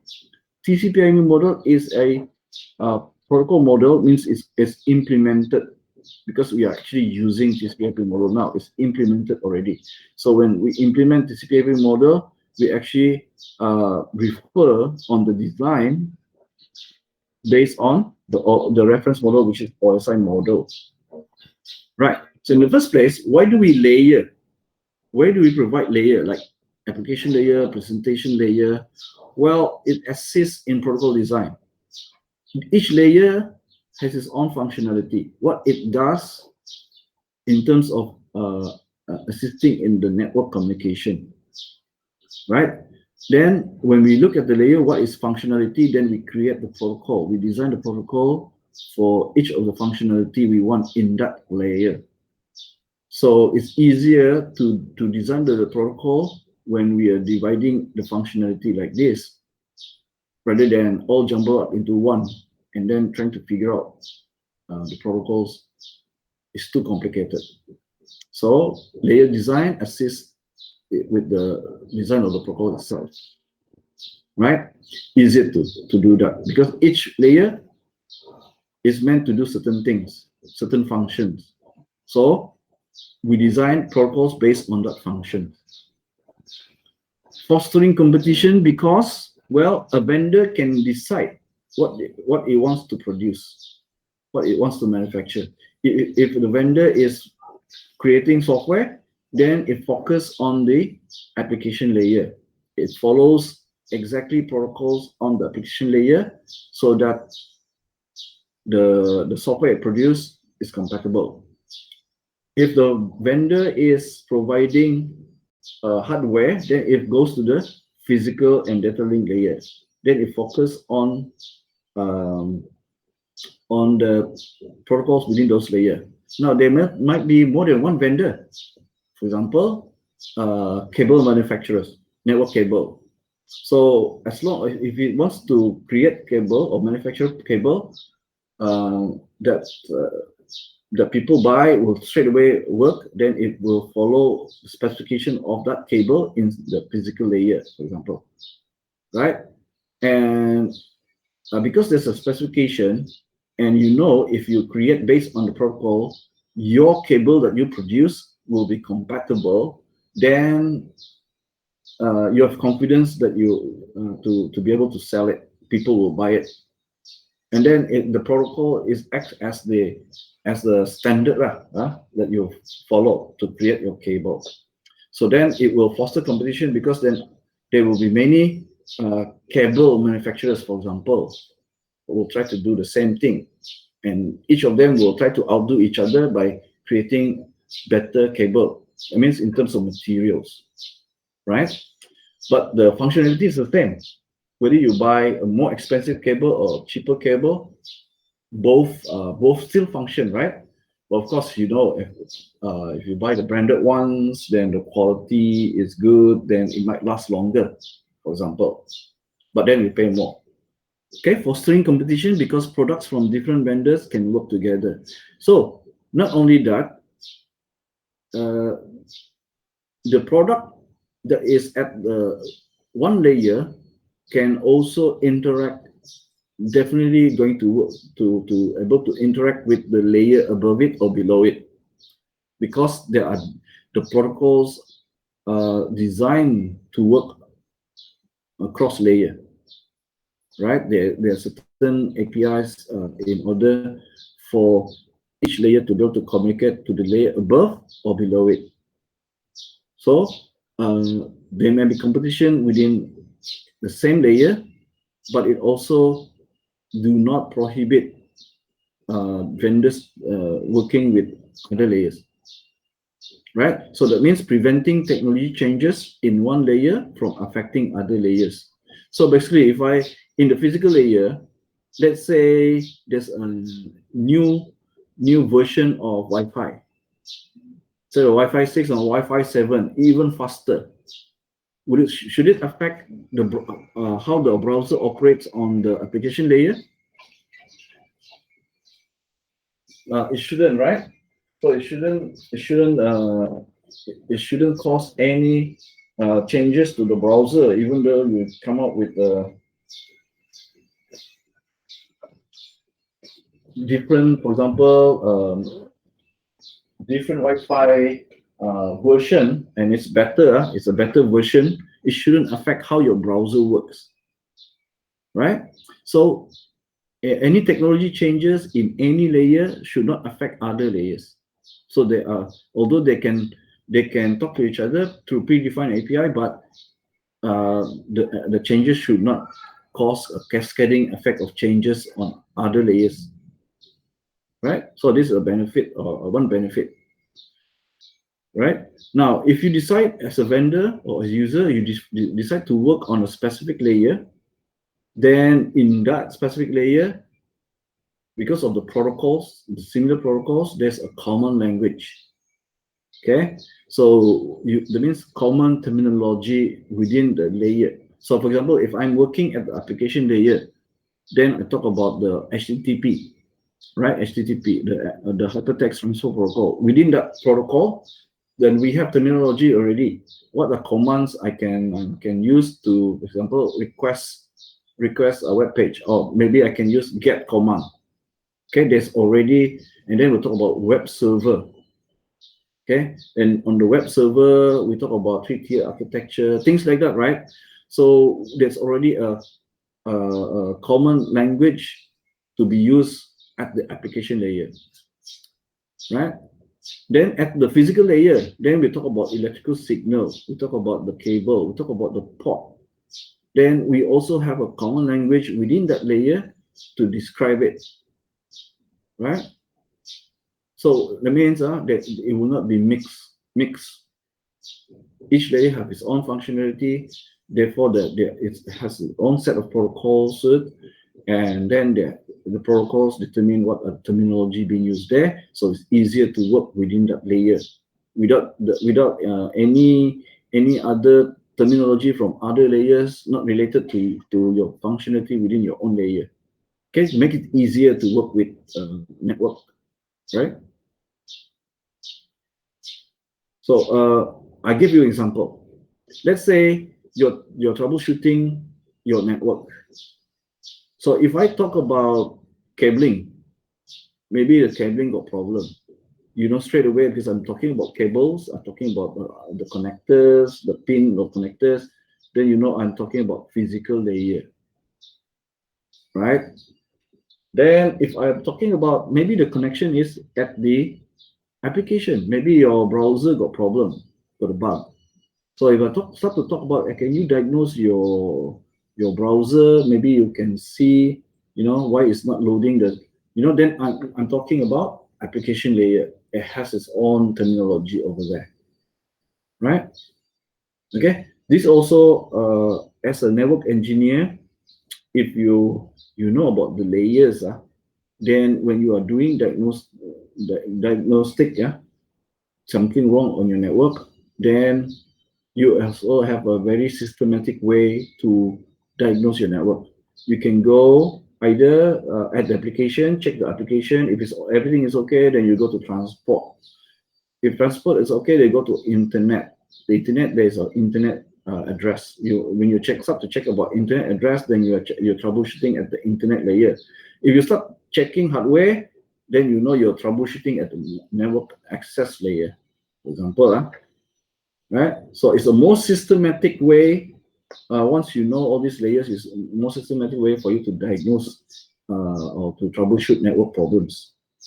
Okay, imagine if you don't know this, then you are basically randomly checking whatever you know about the network, right?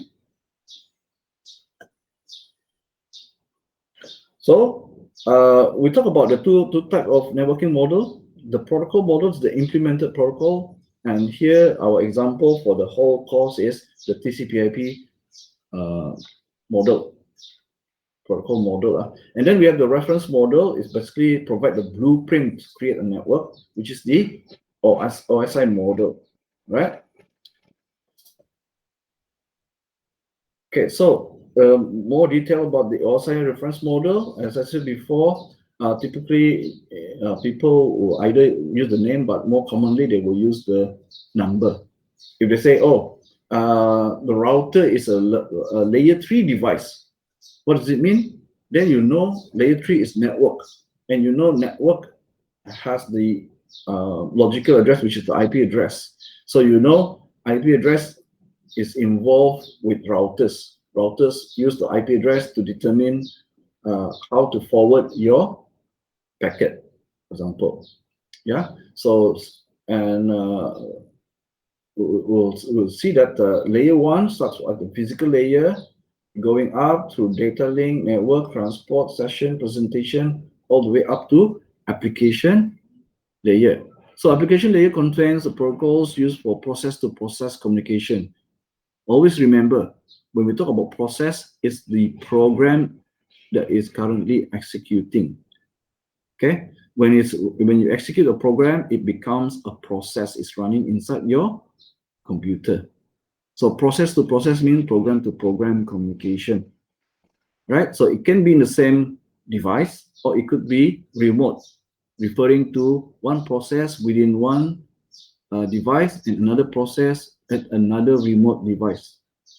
Okay, and then presentation provide common representation of data transferred between the application layer service. So what kind of data you transfer in layer 7? So the presentation layer indicates the format. So here, typically we talk about maybe what is the format for image. We have PNG, JPEG, GIF, right? Compressed format, we have zip, we have RAW, okay? And then it includes also security, the encryption.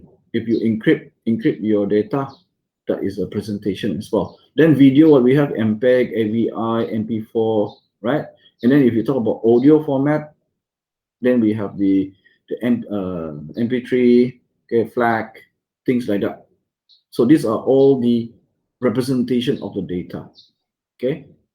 And then next is the session, provides a session between the process-to-process communication.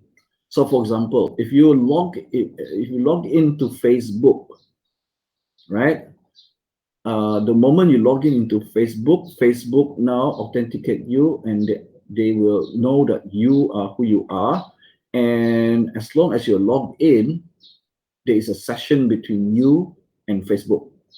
And during that session, even if you open a new tab, Facebook still recognizes it's you. So when you look at Facebook, you will see all your data, all your friends, all the posts related to you.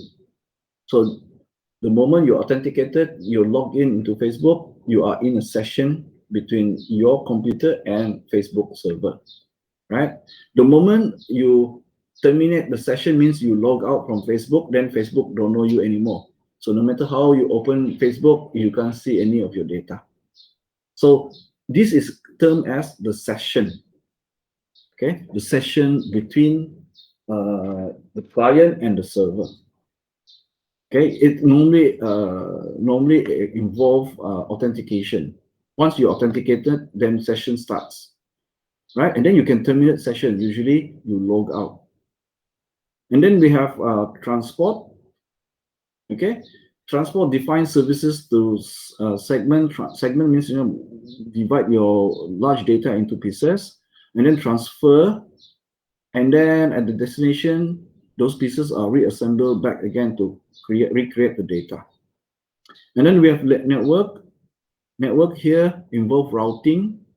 Okay, that means intermediate device like routers decide how to forward your message because there may be more than one route. Okay, and then data link describe changing the metadata for the frame. Okay, depending on what media you pass your message through, because during transport from your site to destination, from sender to destination, you might pass through various different types of media. Okay, so every media requires different way to encode different types of information required. So in data link, the the metadata for the frame for your message needs to change depending on the type of media it needs to uh, move across. And then at the physical layer, we talk about the physical hardware, the cabling, the connectors, the NIC itself, the ports, okay, the pin, okay, the different types of media, right? Okay, so I'm gonna pause here, right? And it's already 11:40, so we want to pause and give you guys a rest, okay? Okay. A quick break. Yeah, so I'm gonna stop presenting. Yes. 15 minutes break, okay? Okay. Sir. Okay.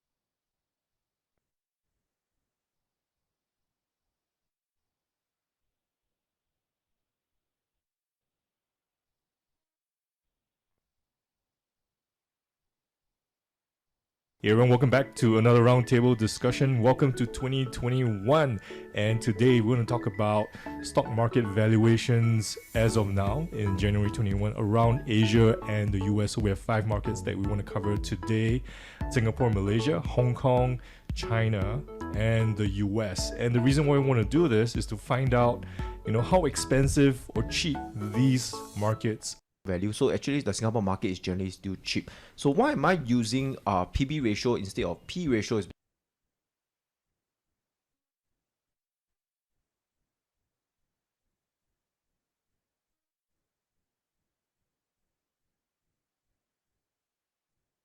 routing tables.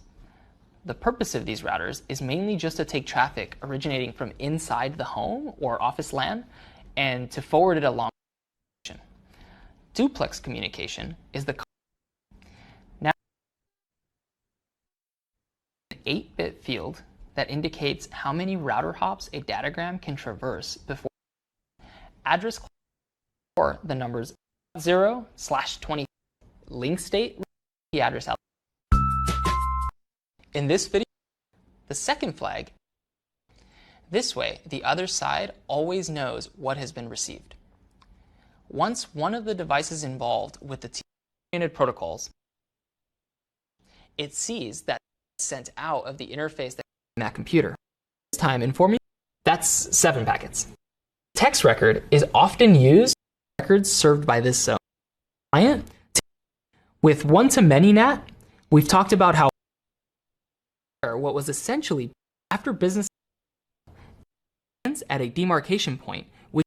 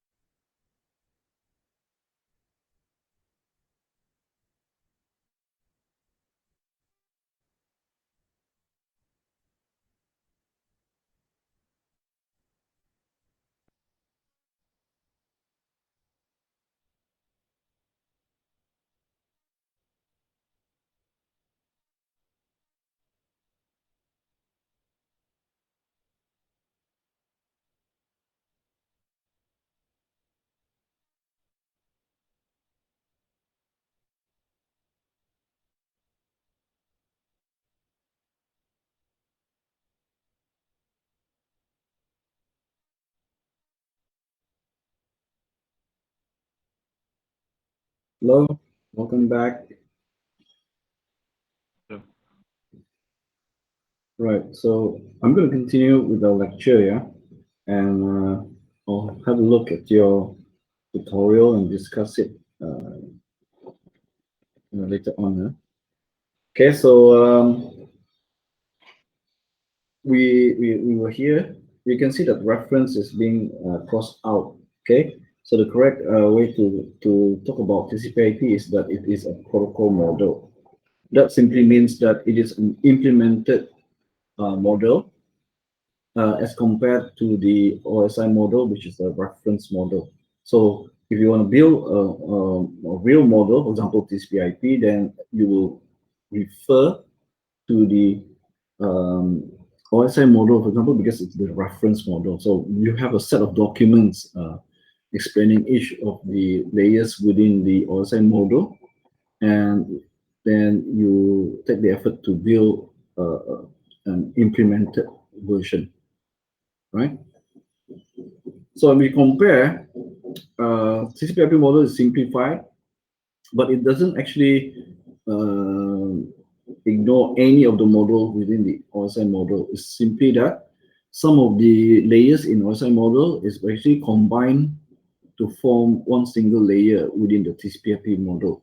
So you can see that layer 5, 6, and 7 OSI model is combined in the TCP/IP model and given the name application, right? So what that means is that when you build an application, that application usually contain all the three layers, which is application, presentation, and session.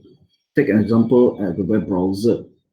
Inside the web browser, you can basically create session between client and server, client and server, and then you can present by rendering the information of the web pages. You can render whether it's video, audio, text, and all sort of formats for your data, right? And how you communicate using the application mode protocol basically is also included in the layer 7, right? Transport layer is as is in the TCP/IP model, and because TCP/IP model uses the internet protocol, the network layer is renamed as internet layer. And layer 1 physical and 2 data link is combined in the TCP/IP model and named as network access. And the protocol is used in the TCP/IP model, basically the Ethernet. One of it is the Ethernet protocol. Okay. Right, so these are some useful acronyms that you can use if you're not used to the name of the layers within OSI. So you can see that the first letter represent the OSI reference model names. So please do not take sausage away. PDN and TSPA is physical data network transport session presentation application. There are others you can use. Pew that Ninja Turtle smell pretty awful. All people seem to need data processing goes from the top to the bottom. Because very important for you because conversation in the rest of the semester and also within your assessment, you will be assumed to basically know all the names of the layers, okay, and the numbering, okay, from OSI reference model, okay. You have to memorize them. All right, next section, moving data in the network. So how is a message sent? Basically, first of all, remember that we need to basically segment or cut into pieces, smaller pieces, okay, large data stream. Okay, and main reason is that we don't want any data stream from any just one application to take over the bandwidth of the entire time, right? Large data usually will be still encoded into bits, and then it will occupy space on the bandwidth. So if it's a large data means other processors need to wait, or other devices need to wait until the bandwidth is free for them to be able to do, and that is an inefficient use of bandwidth. What will be better is that we divide all the data streams, the large data stream, into small pieces, and then we interleave, sending those pieces along on the media. And this is what we call multiplexing, right? So in order to be able to actually successfully do this, each of the pieces, you need to be able to find out, okay, this piece belong to which process, okay, which sender, which process, and to be sent to which receiver, and which process at the receiver device, right? You also need to label it with sequence number, because once you divide it into pieces, you need to be able to reassemble back those pieces to get back the original data, right? So this is done at the receiver side. Okay, so benefits: increases speed, large amount of data can be sent without hogging the communication link. Increases efficiency, because if there's corruption on the large data stream, you have no choice, but you have to resend the entire large data stream. But if you divide into pieces, if any corruption happen for any piece, only that particular piece that is corrupted need to be resent. Okay, so it increases the efficiency of sending those data. Right. So remember we said that every layer has its own terminology to enable more productive conversation in that layer. So in each layer, the data, once it's encapsulated, once it's segmented and encapsulated, will have its own terminology as well. Now, at the application layer, the user will just know that the application data is called data. And then when it's brought down to the transport layer, that data is now called segment, because the data is divided into smaller pieces called segment. So we call the protocol data units as segment.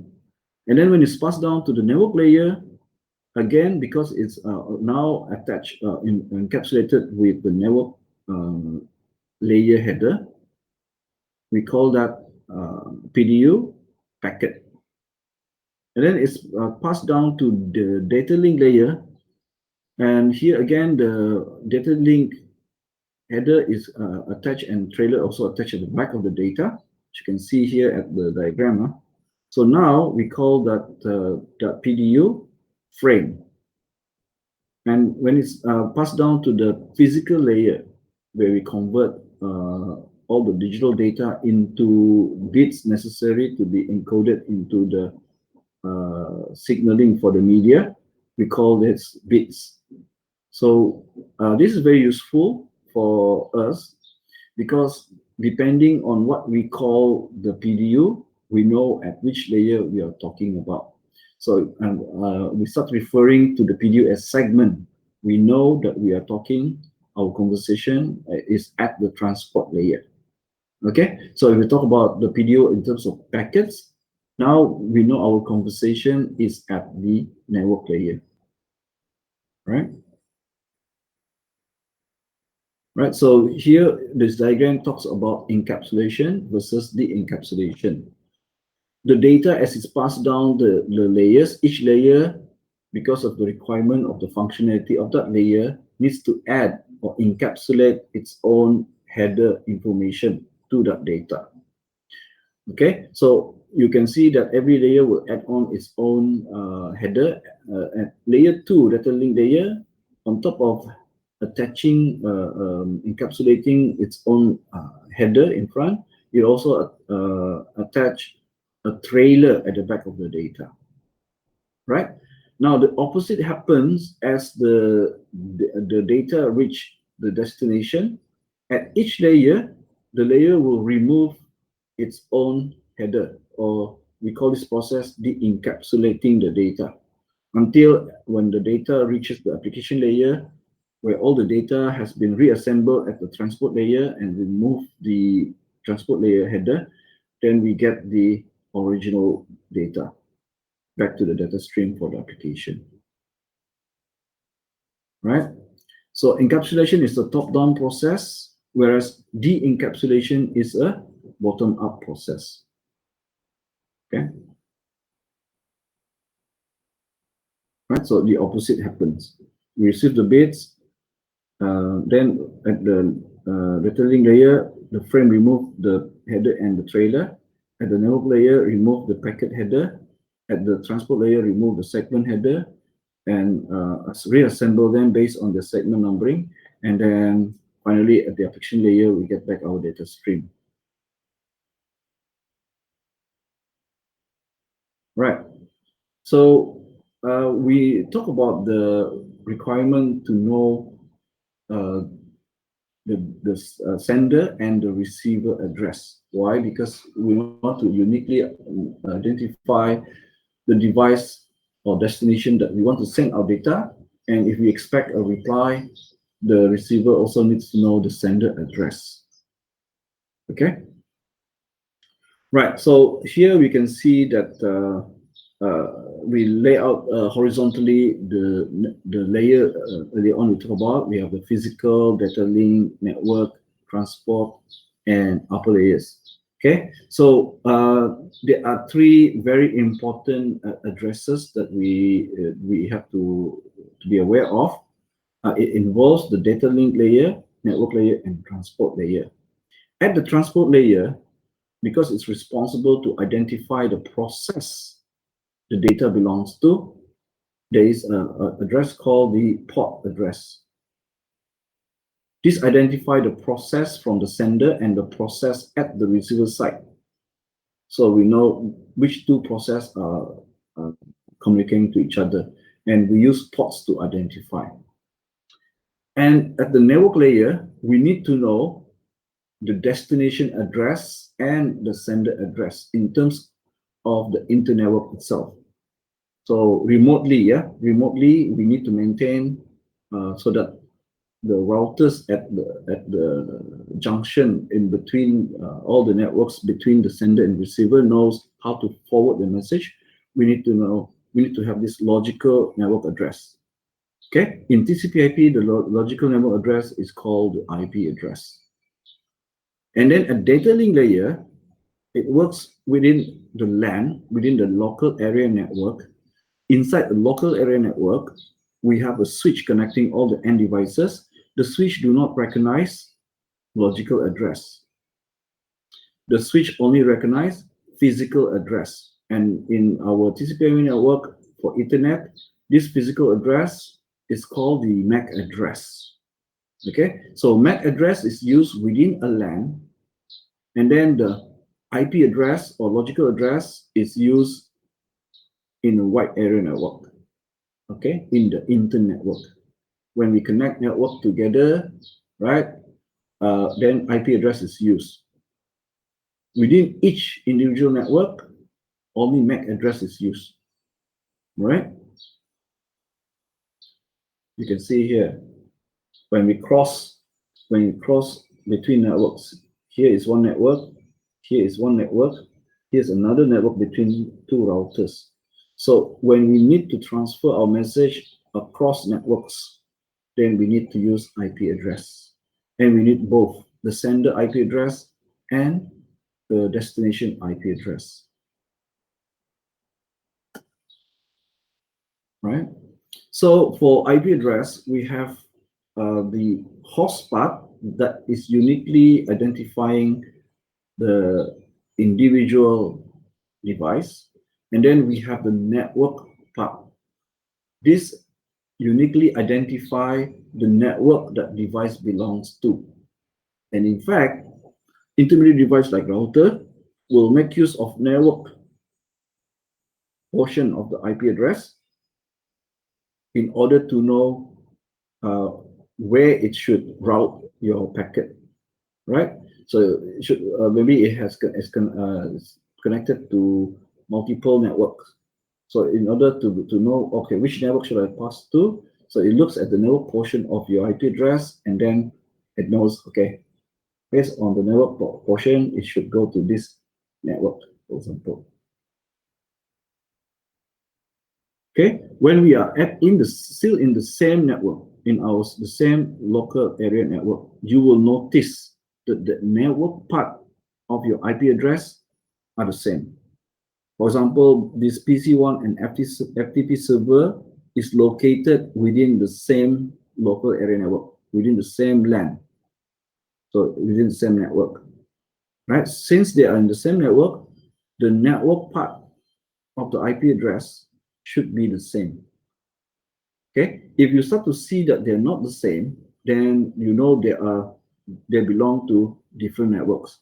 But in here, this address, the network part here, the one that's underlined, refer to this to the same number, means it's in the same network. Okay, right. So then we start to talk about why do we need the MAC address. Okay, so even in the same network, we still can make use of the same IP address.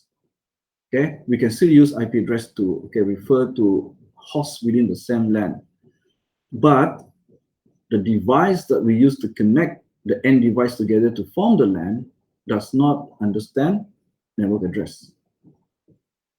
Okay, it only understands MAC address. So the switch, you can see here a presentation of switch. Switch connects end device together.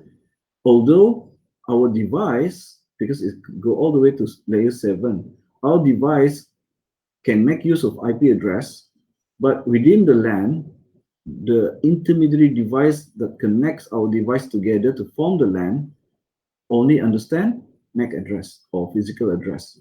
Therefore, within a LAN, even though we use IP address also, in order to be successfully transferred between devices, actually the switch only make use of the MAC address. Okay? MAC stands for media access. Media access. I forgot what is this here.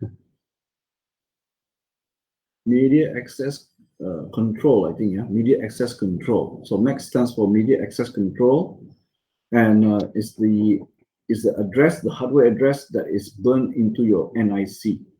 The network interface card comes out from the factory with the MAC address already burned into its ROM. So that means you don't need to assign the MAC address. It is already pre-assigned. And this MAC address, very similar to the unique global IP address, is unique globally. Yeah. Right. So what happens when the actual destination is not on the same LAN? Okay. When the PC tries to access the web server, if the web server is different, you can see the IP address network part is not the same, right? So that means they are in different networks. In fact, you can see here the diagram. It goes through a router. That means this is same network. One network here, and another network here. Means this is a different network. So what happens to that? Right? So does this impact the network and data link layers?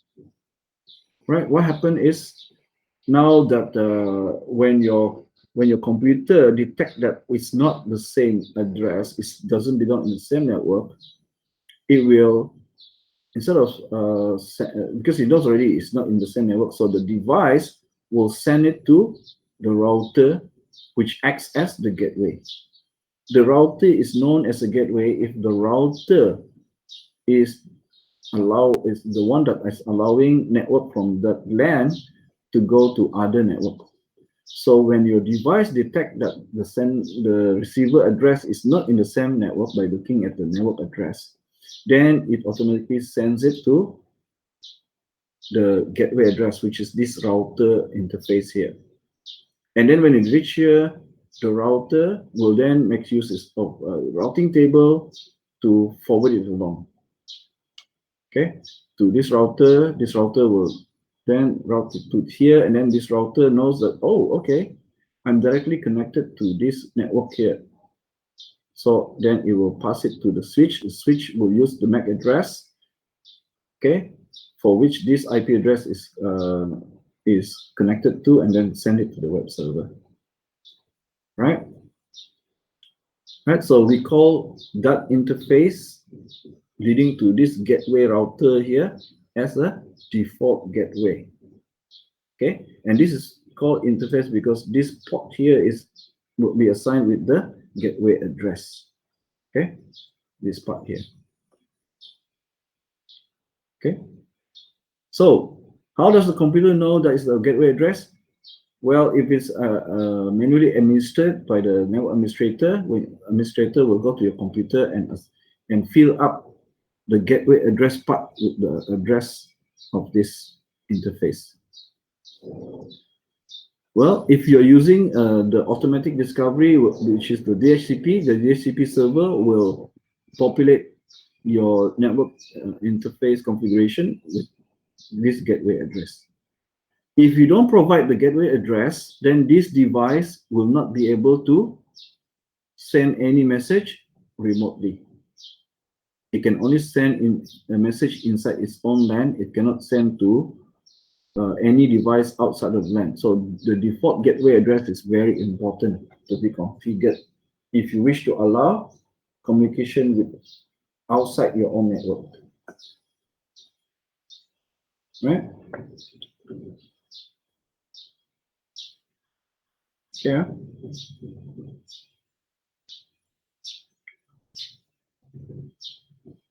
Okay, so please understand that when we look at this diagram, when we say a network, this is one LAN. This is one LAN. And then, even though there are no devices between the two these routers, this is another LAN. This is another LAN. So across all these networks, the IP address remains the same because we need the routers to look at the IP address. It shouldn't change so that the routers know how to forward it until it reaches the destination network and then destination device. But remember, the MAC address is used within a network. So every time you go to a different network,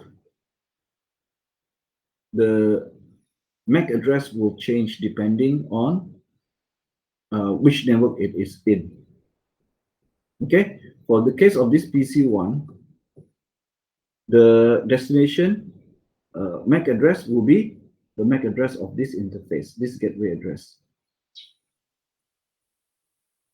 And its own MAC address will be used here. So when it goes to this network, destination MAC address will be that interface. Sorry, the sender MAC address will be that address. Destination will be that address. Within this network, the MAC address, sender MAC address will be this interface. Destination MAC address will be that interface. Right?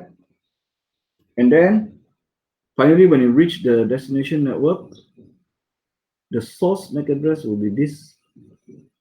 And then the destination MAC address will be the destination MAC address of the destination device. So in summary, when we are doing remote communication, the IP address, both sender and receiver, remain the same until it reaches the destination device. But the source and destination MAC address will change when you move from one network to another network. Okay? Because within the network, the transport of the message will use MAC address. But overall, the internetwork, the transport of the message will use the IP address. We're going to talk more about this in the data link layer. Okay. So this is what I was talking about earlier on. Okay, as an example. Continue with the conversation for that. Only to know that from the source device to the destination device, IP address, sender and receiver does not change. But in between networks, the MAC address will change for each network. Right? And same here. Right. Okay, so what did we learn in this chapter? Well, we'll talk about the rules where the protocol say for communication we need the sender and the receiver, and then we talk about the usual computer protocols. Okay, the requirements needed is the message encoding to encode the message based on the media it's traveling through, formatting of the message, encapsulation of message to include necessary details to the message to help delivery of the message. Okay, the message size, right? Too big, not too big, not too small. The timing of the message. Okay, that means to avoid, for example, collisions, and then delivery options, whether it's one-to-one, one-to-many, or one-to-all. Then we look at protocols, and we look at protocols created to satisfy certain functionalities, right? So each protocol then will have its own function to satisfy, its own format and rules for communication. Then we see that different protocols can be combined depending if they are geared towards very similar functionalities. Then we group them together and we call them protocol suite. Okay, the protocol suite that we use for our internet today is called the TCP/IP protocol suite. And then we look at standards, why we need to have standards. And the TCP/IP protocol suite is based on open standards. And we look at the governing bodies, okay, that is in charge of different protocol suites for the TCP/IP. We see benefits to have open standards in terms of devices, or hardware or software able to interoperate. We see competition between vendor is very good, okay, for innovation and also for the value the user gets. Not to mention the cost goes down, the more the competition. Then we look at reference model, in this case OSI model, okay, and the implemented protocol model, which is the TCP/IP model. We note that TCP/IP have 4 layers, OSI model has 7 layers. And then we look at data encapsulation as a way to add additional data to our original data, okay, to provide help in delivery of our data. Yeah, we talk about encapsulation as the data moves from the user to application down physical layer, and then when it reaches destination, we talk about the opposite, which is de-encapsulation, as the data is passed or PDU is passed along the network layers until it reaches the application layer. Then we see about the data access, the provisioning of port numbers to identify process-to-process communication.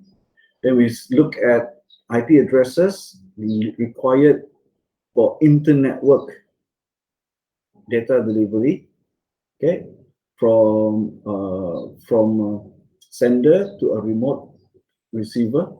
Then we look at physical address, okay, that is being used within a LAN. Remember, in a LAN, MAC address is used to deliver message because switch only recognize MAC address. Then we see that we still need IP address because routers recognize IP address, and routers need the network part of the IP address to help it to decide how to route the message when it has multiple paths. Even if it have a single path, it still need to use, right? To use the network path to know, okay, I'm connected to this network. Can I send this message via this network? Okay. So it's end-to-end delivery for IP address, whereas MAC address is within the same LAN only. We understand that if you want to send remotely, you have to configure the gateway address in the end device so that it knows the interface address of our router. Okay, because the router will then route our message outside the network. Right, so we need to know the names of all the layers for OSI model, including its numbering. Layer 1 physical all the way to layer 7 application. And then we know that the data is called differently at each layer. Okay, the PDU, like protocol data units, called differently in the each layer. Yeah. And we look at routing earlier on. You can see that router can access all the way to network layer, which is IP address. Okay, then it looks at the network address in order to route between routers until the last router is connected to the network where the destination device exists. Then it will pass it to the switch to deliver to the receiver device. Okay, right. So we note that the network layer is independent of the media is traveling through. Transport layer also independent. Application also independent. You think about your browser. When you use your browser, you don't care whether it's going to pass through optical fiber, copper serial, or wireless, right? But there are two layers that is concerned with this change of media. That is the data link layer and the physical layer. And in TCP/IP, we call that network access. So the network access layer do care whether it's going to pass through optical fiber or copper Ethernet, because the media access will be different. The encoding of the data into bits will be different based on the different media. Right, so we end here. Right, so this one, I have no choice. It's about 65 slides. I hope I'm not going too fast for you. Right, I try to slow it down a little bit.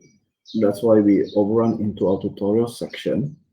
Right, so if any of the, I'm going to stop recording first. If any of the topics you need further explanation, you can ask me, or you can go to NetAcad where there are more details about it. Also, if you miss out something, you can go back to the recording, to view those parts you miss. All right, so don't worry about the tutorial.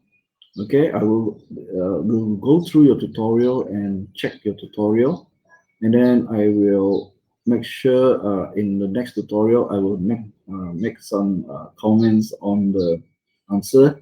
Right, I will probably after, if I do mark it, I will probably return back to you guys so you can see how you did in the answer.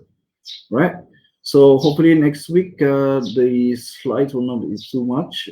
This one is about 60 over slides. Hopefully I'm not overburdening you guys with too much information. Right, so far, any question?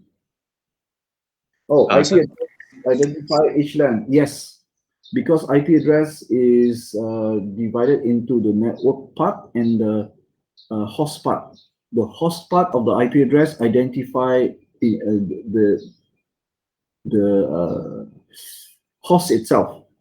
Okay, combination of the network and the host in the IP address makes each device unique. Okay, unique, so you can uniquely identify it. But then the network part is very useful for the router. because routers connect networks together. So routers knows which network address is connected to it.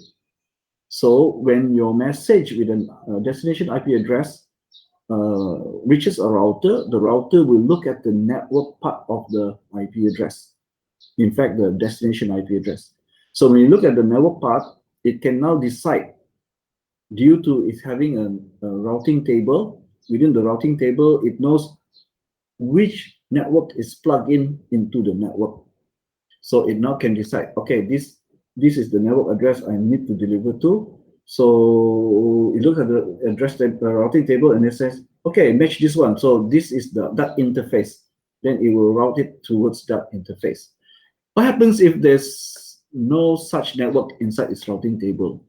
Well, this is when it will make use of the default route. Default route is usually set inside there in the routing table by the network administrator. So that means it's like a switch, yeah, inside your programming. If nothing match, then it goes to the default route. And what happens if the default route is not there? It's not configured. Well, the router will simply drop that message. It's lost lah. The message is lost because there's no way for it to forward anymore. If it cannot forward because it's the network it's supposed to forward to is not connected to it, or it doesn't have information, the next router does not tell that it can lead to that network, then it goes to default route. If there's no default route, then the router will simply drop that packet. So effectively, the sender will not receive any confirmation that the receiver received it, so it will retry. But if it keep being dropped, then network error. Okay? Does that answer your question, Noel? Yeah. Yeah. Any other question? No, don't have. All right, Kelvin, no question. It's a lot of information. Sorry. This chapter really, this subject a lot of things. This chapter a lot, right? You have you are introduced to a lot of terminology, a lot of concept. Yeah. So the most important thing in this chapter is about it's about the protocols. Okay. The basics of communication and the protocols used within the communication, and the kind of protocols exist within each of the network layer. Sorry, not the protocol layers, right? So that's the most important thing here to get lah. That's why the chapter is the protocols, because the rest, the other things like the MAC address, IP address, okay, those just to help you understand all those things are basically based on protocols, but they will be covered in more detail again in later chapters. Okay, but the network protocols, of course, for each of the layer we will look at further on later in the chapters. Of course, we're going to talk about the protocols available in those layers.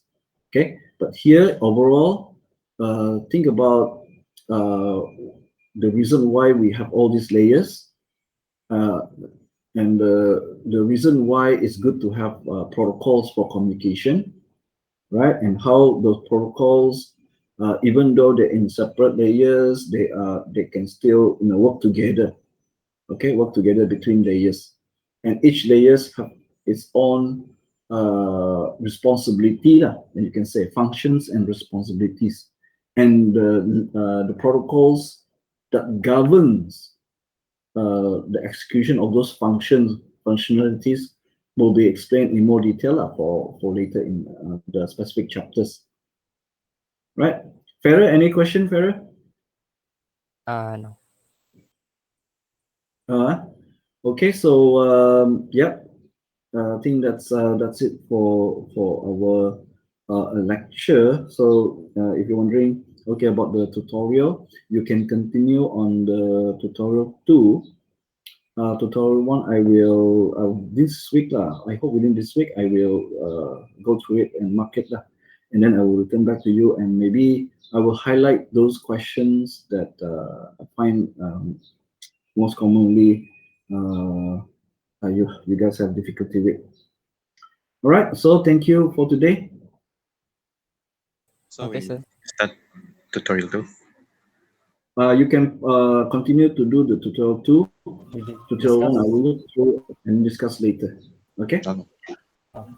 Oh, okay. All right. Okay. Thank you, Okay, sir. thank you very much. Yeah.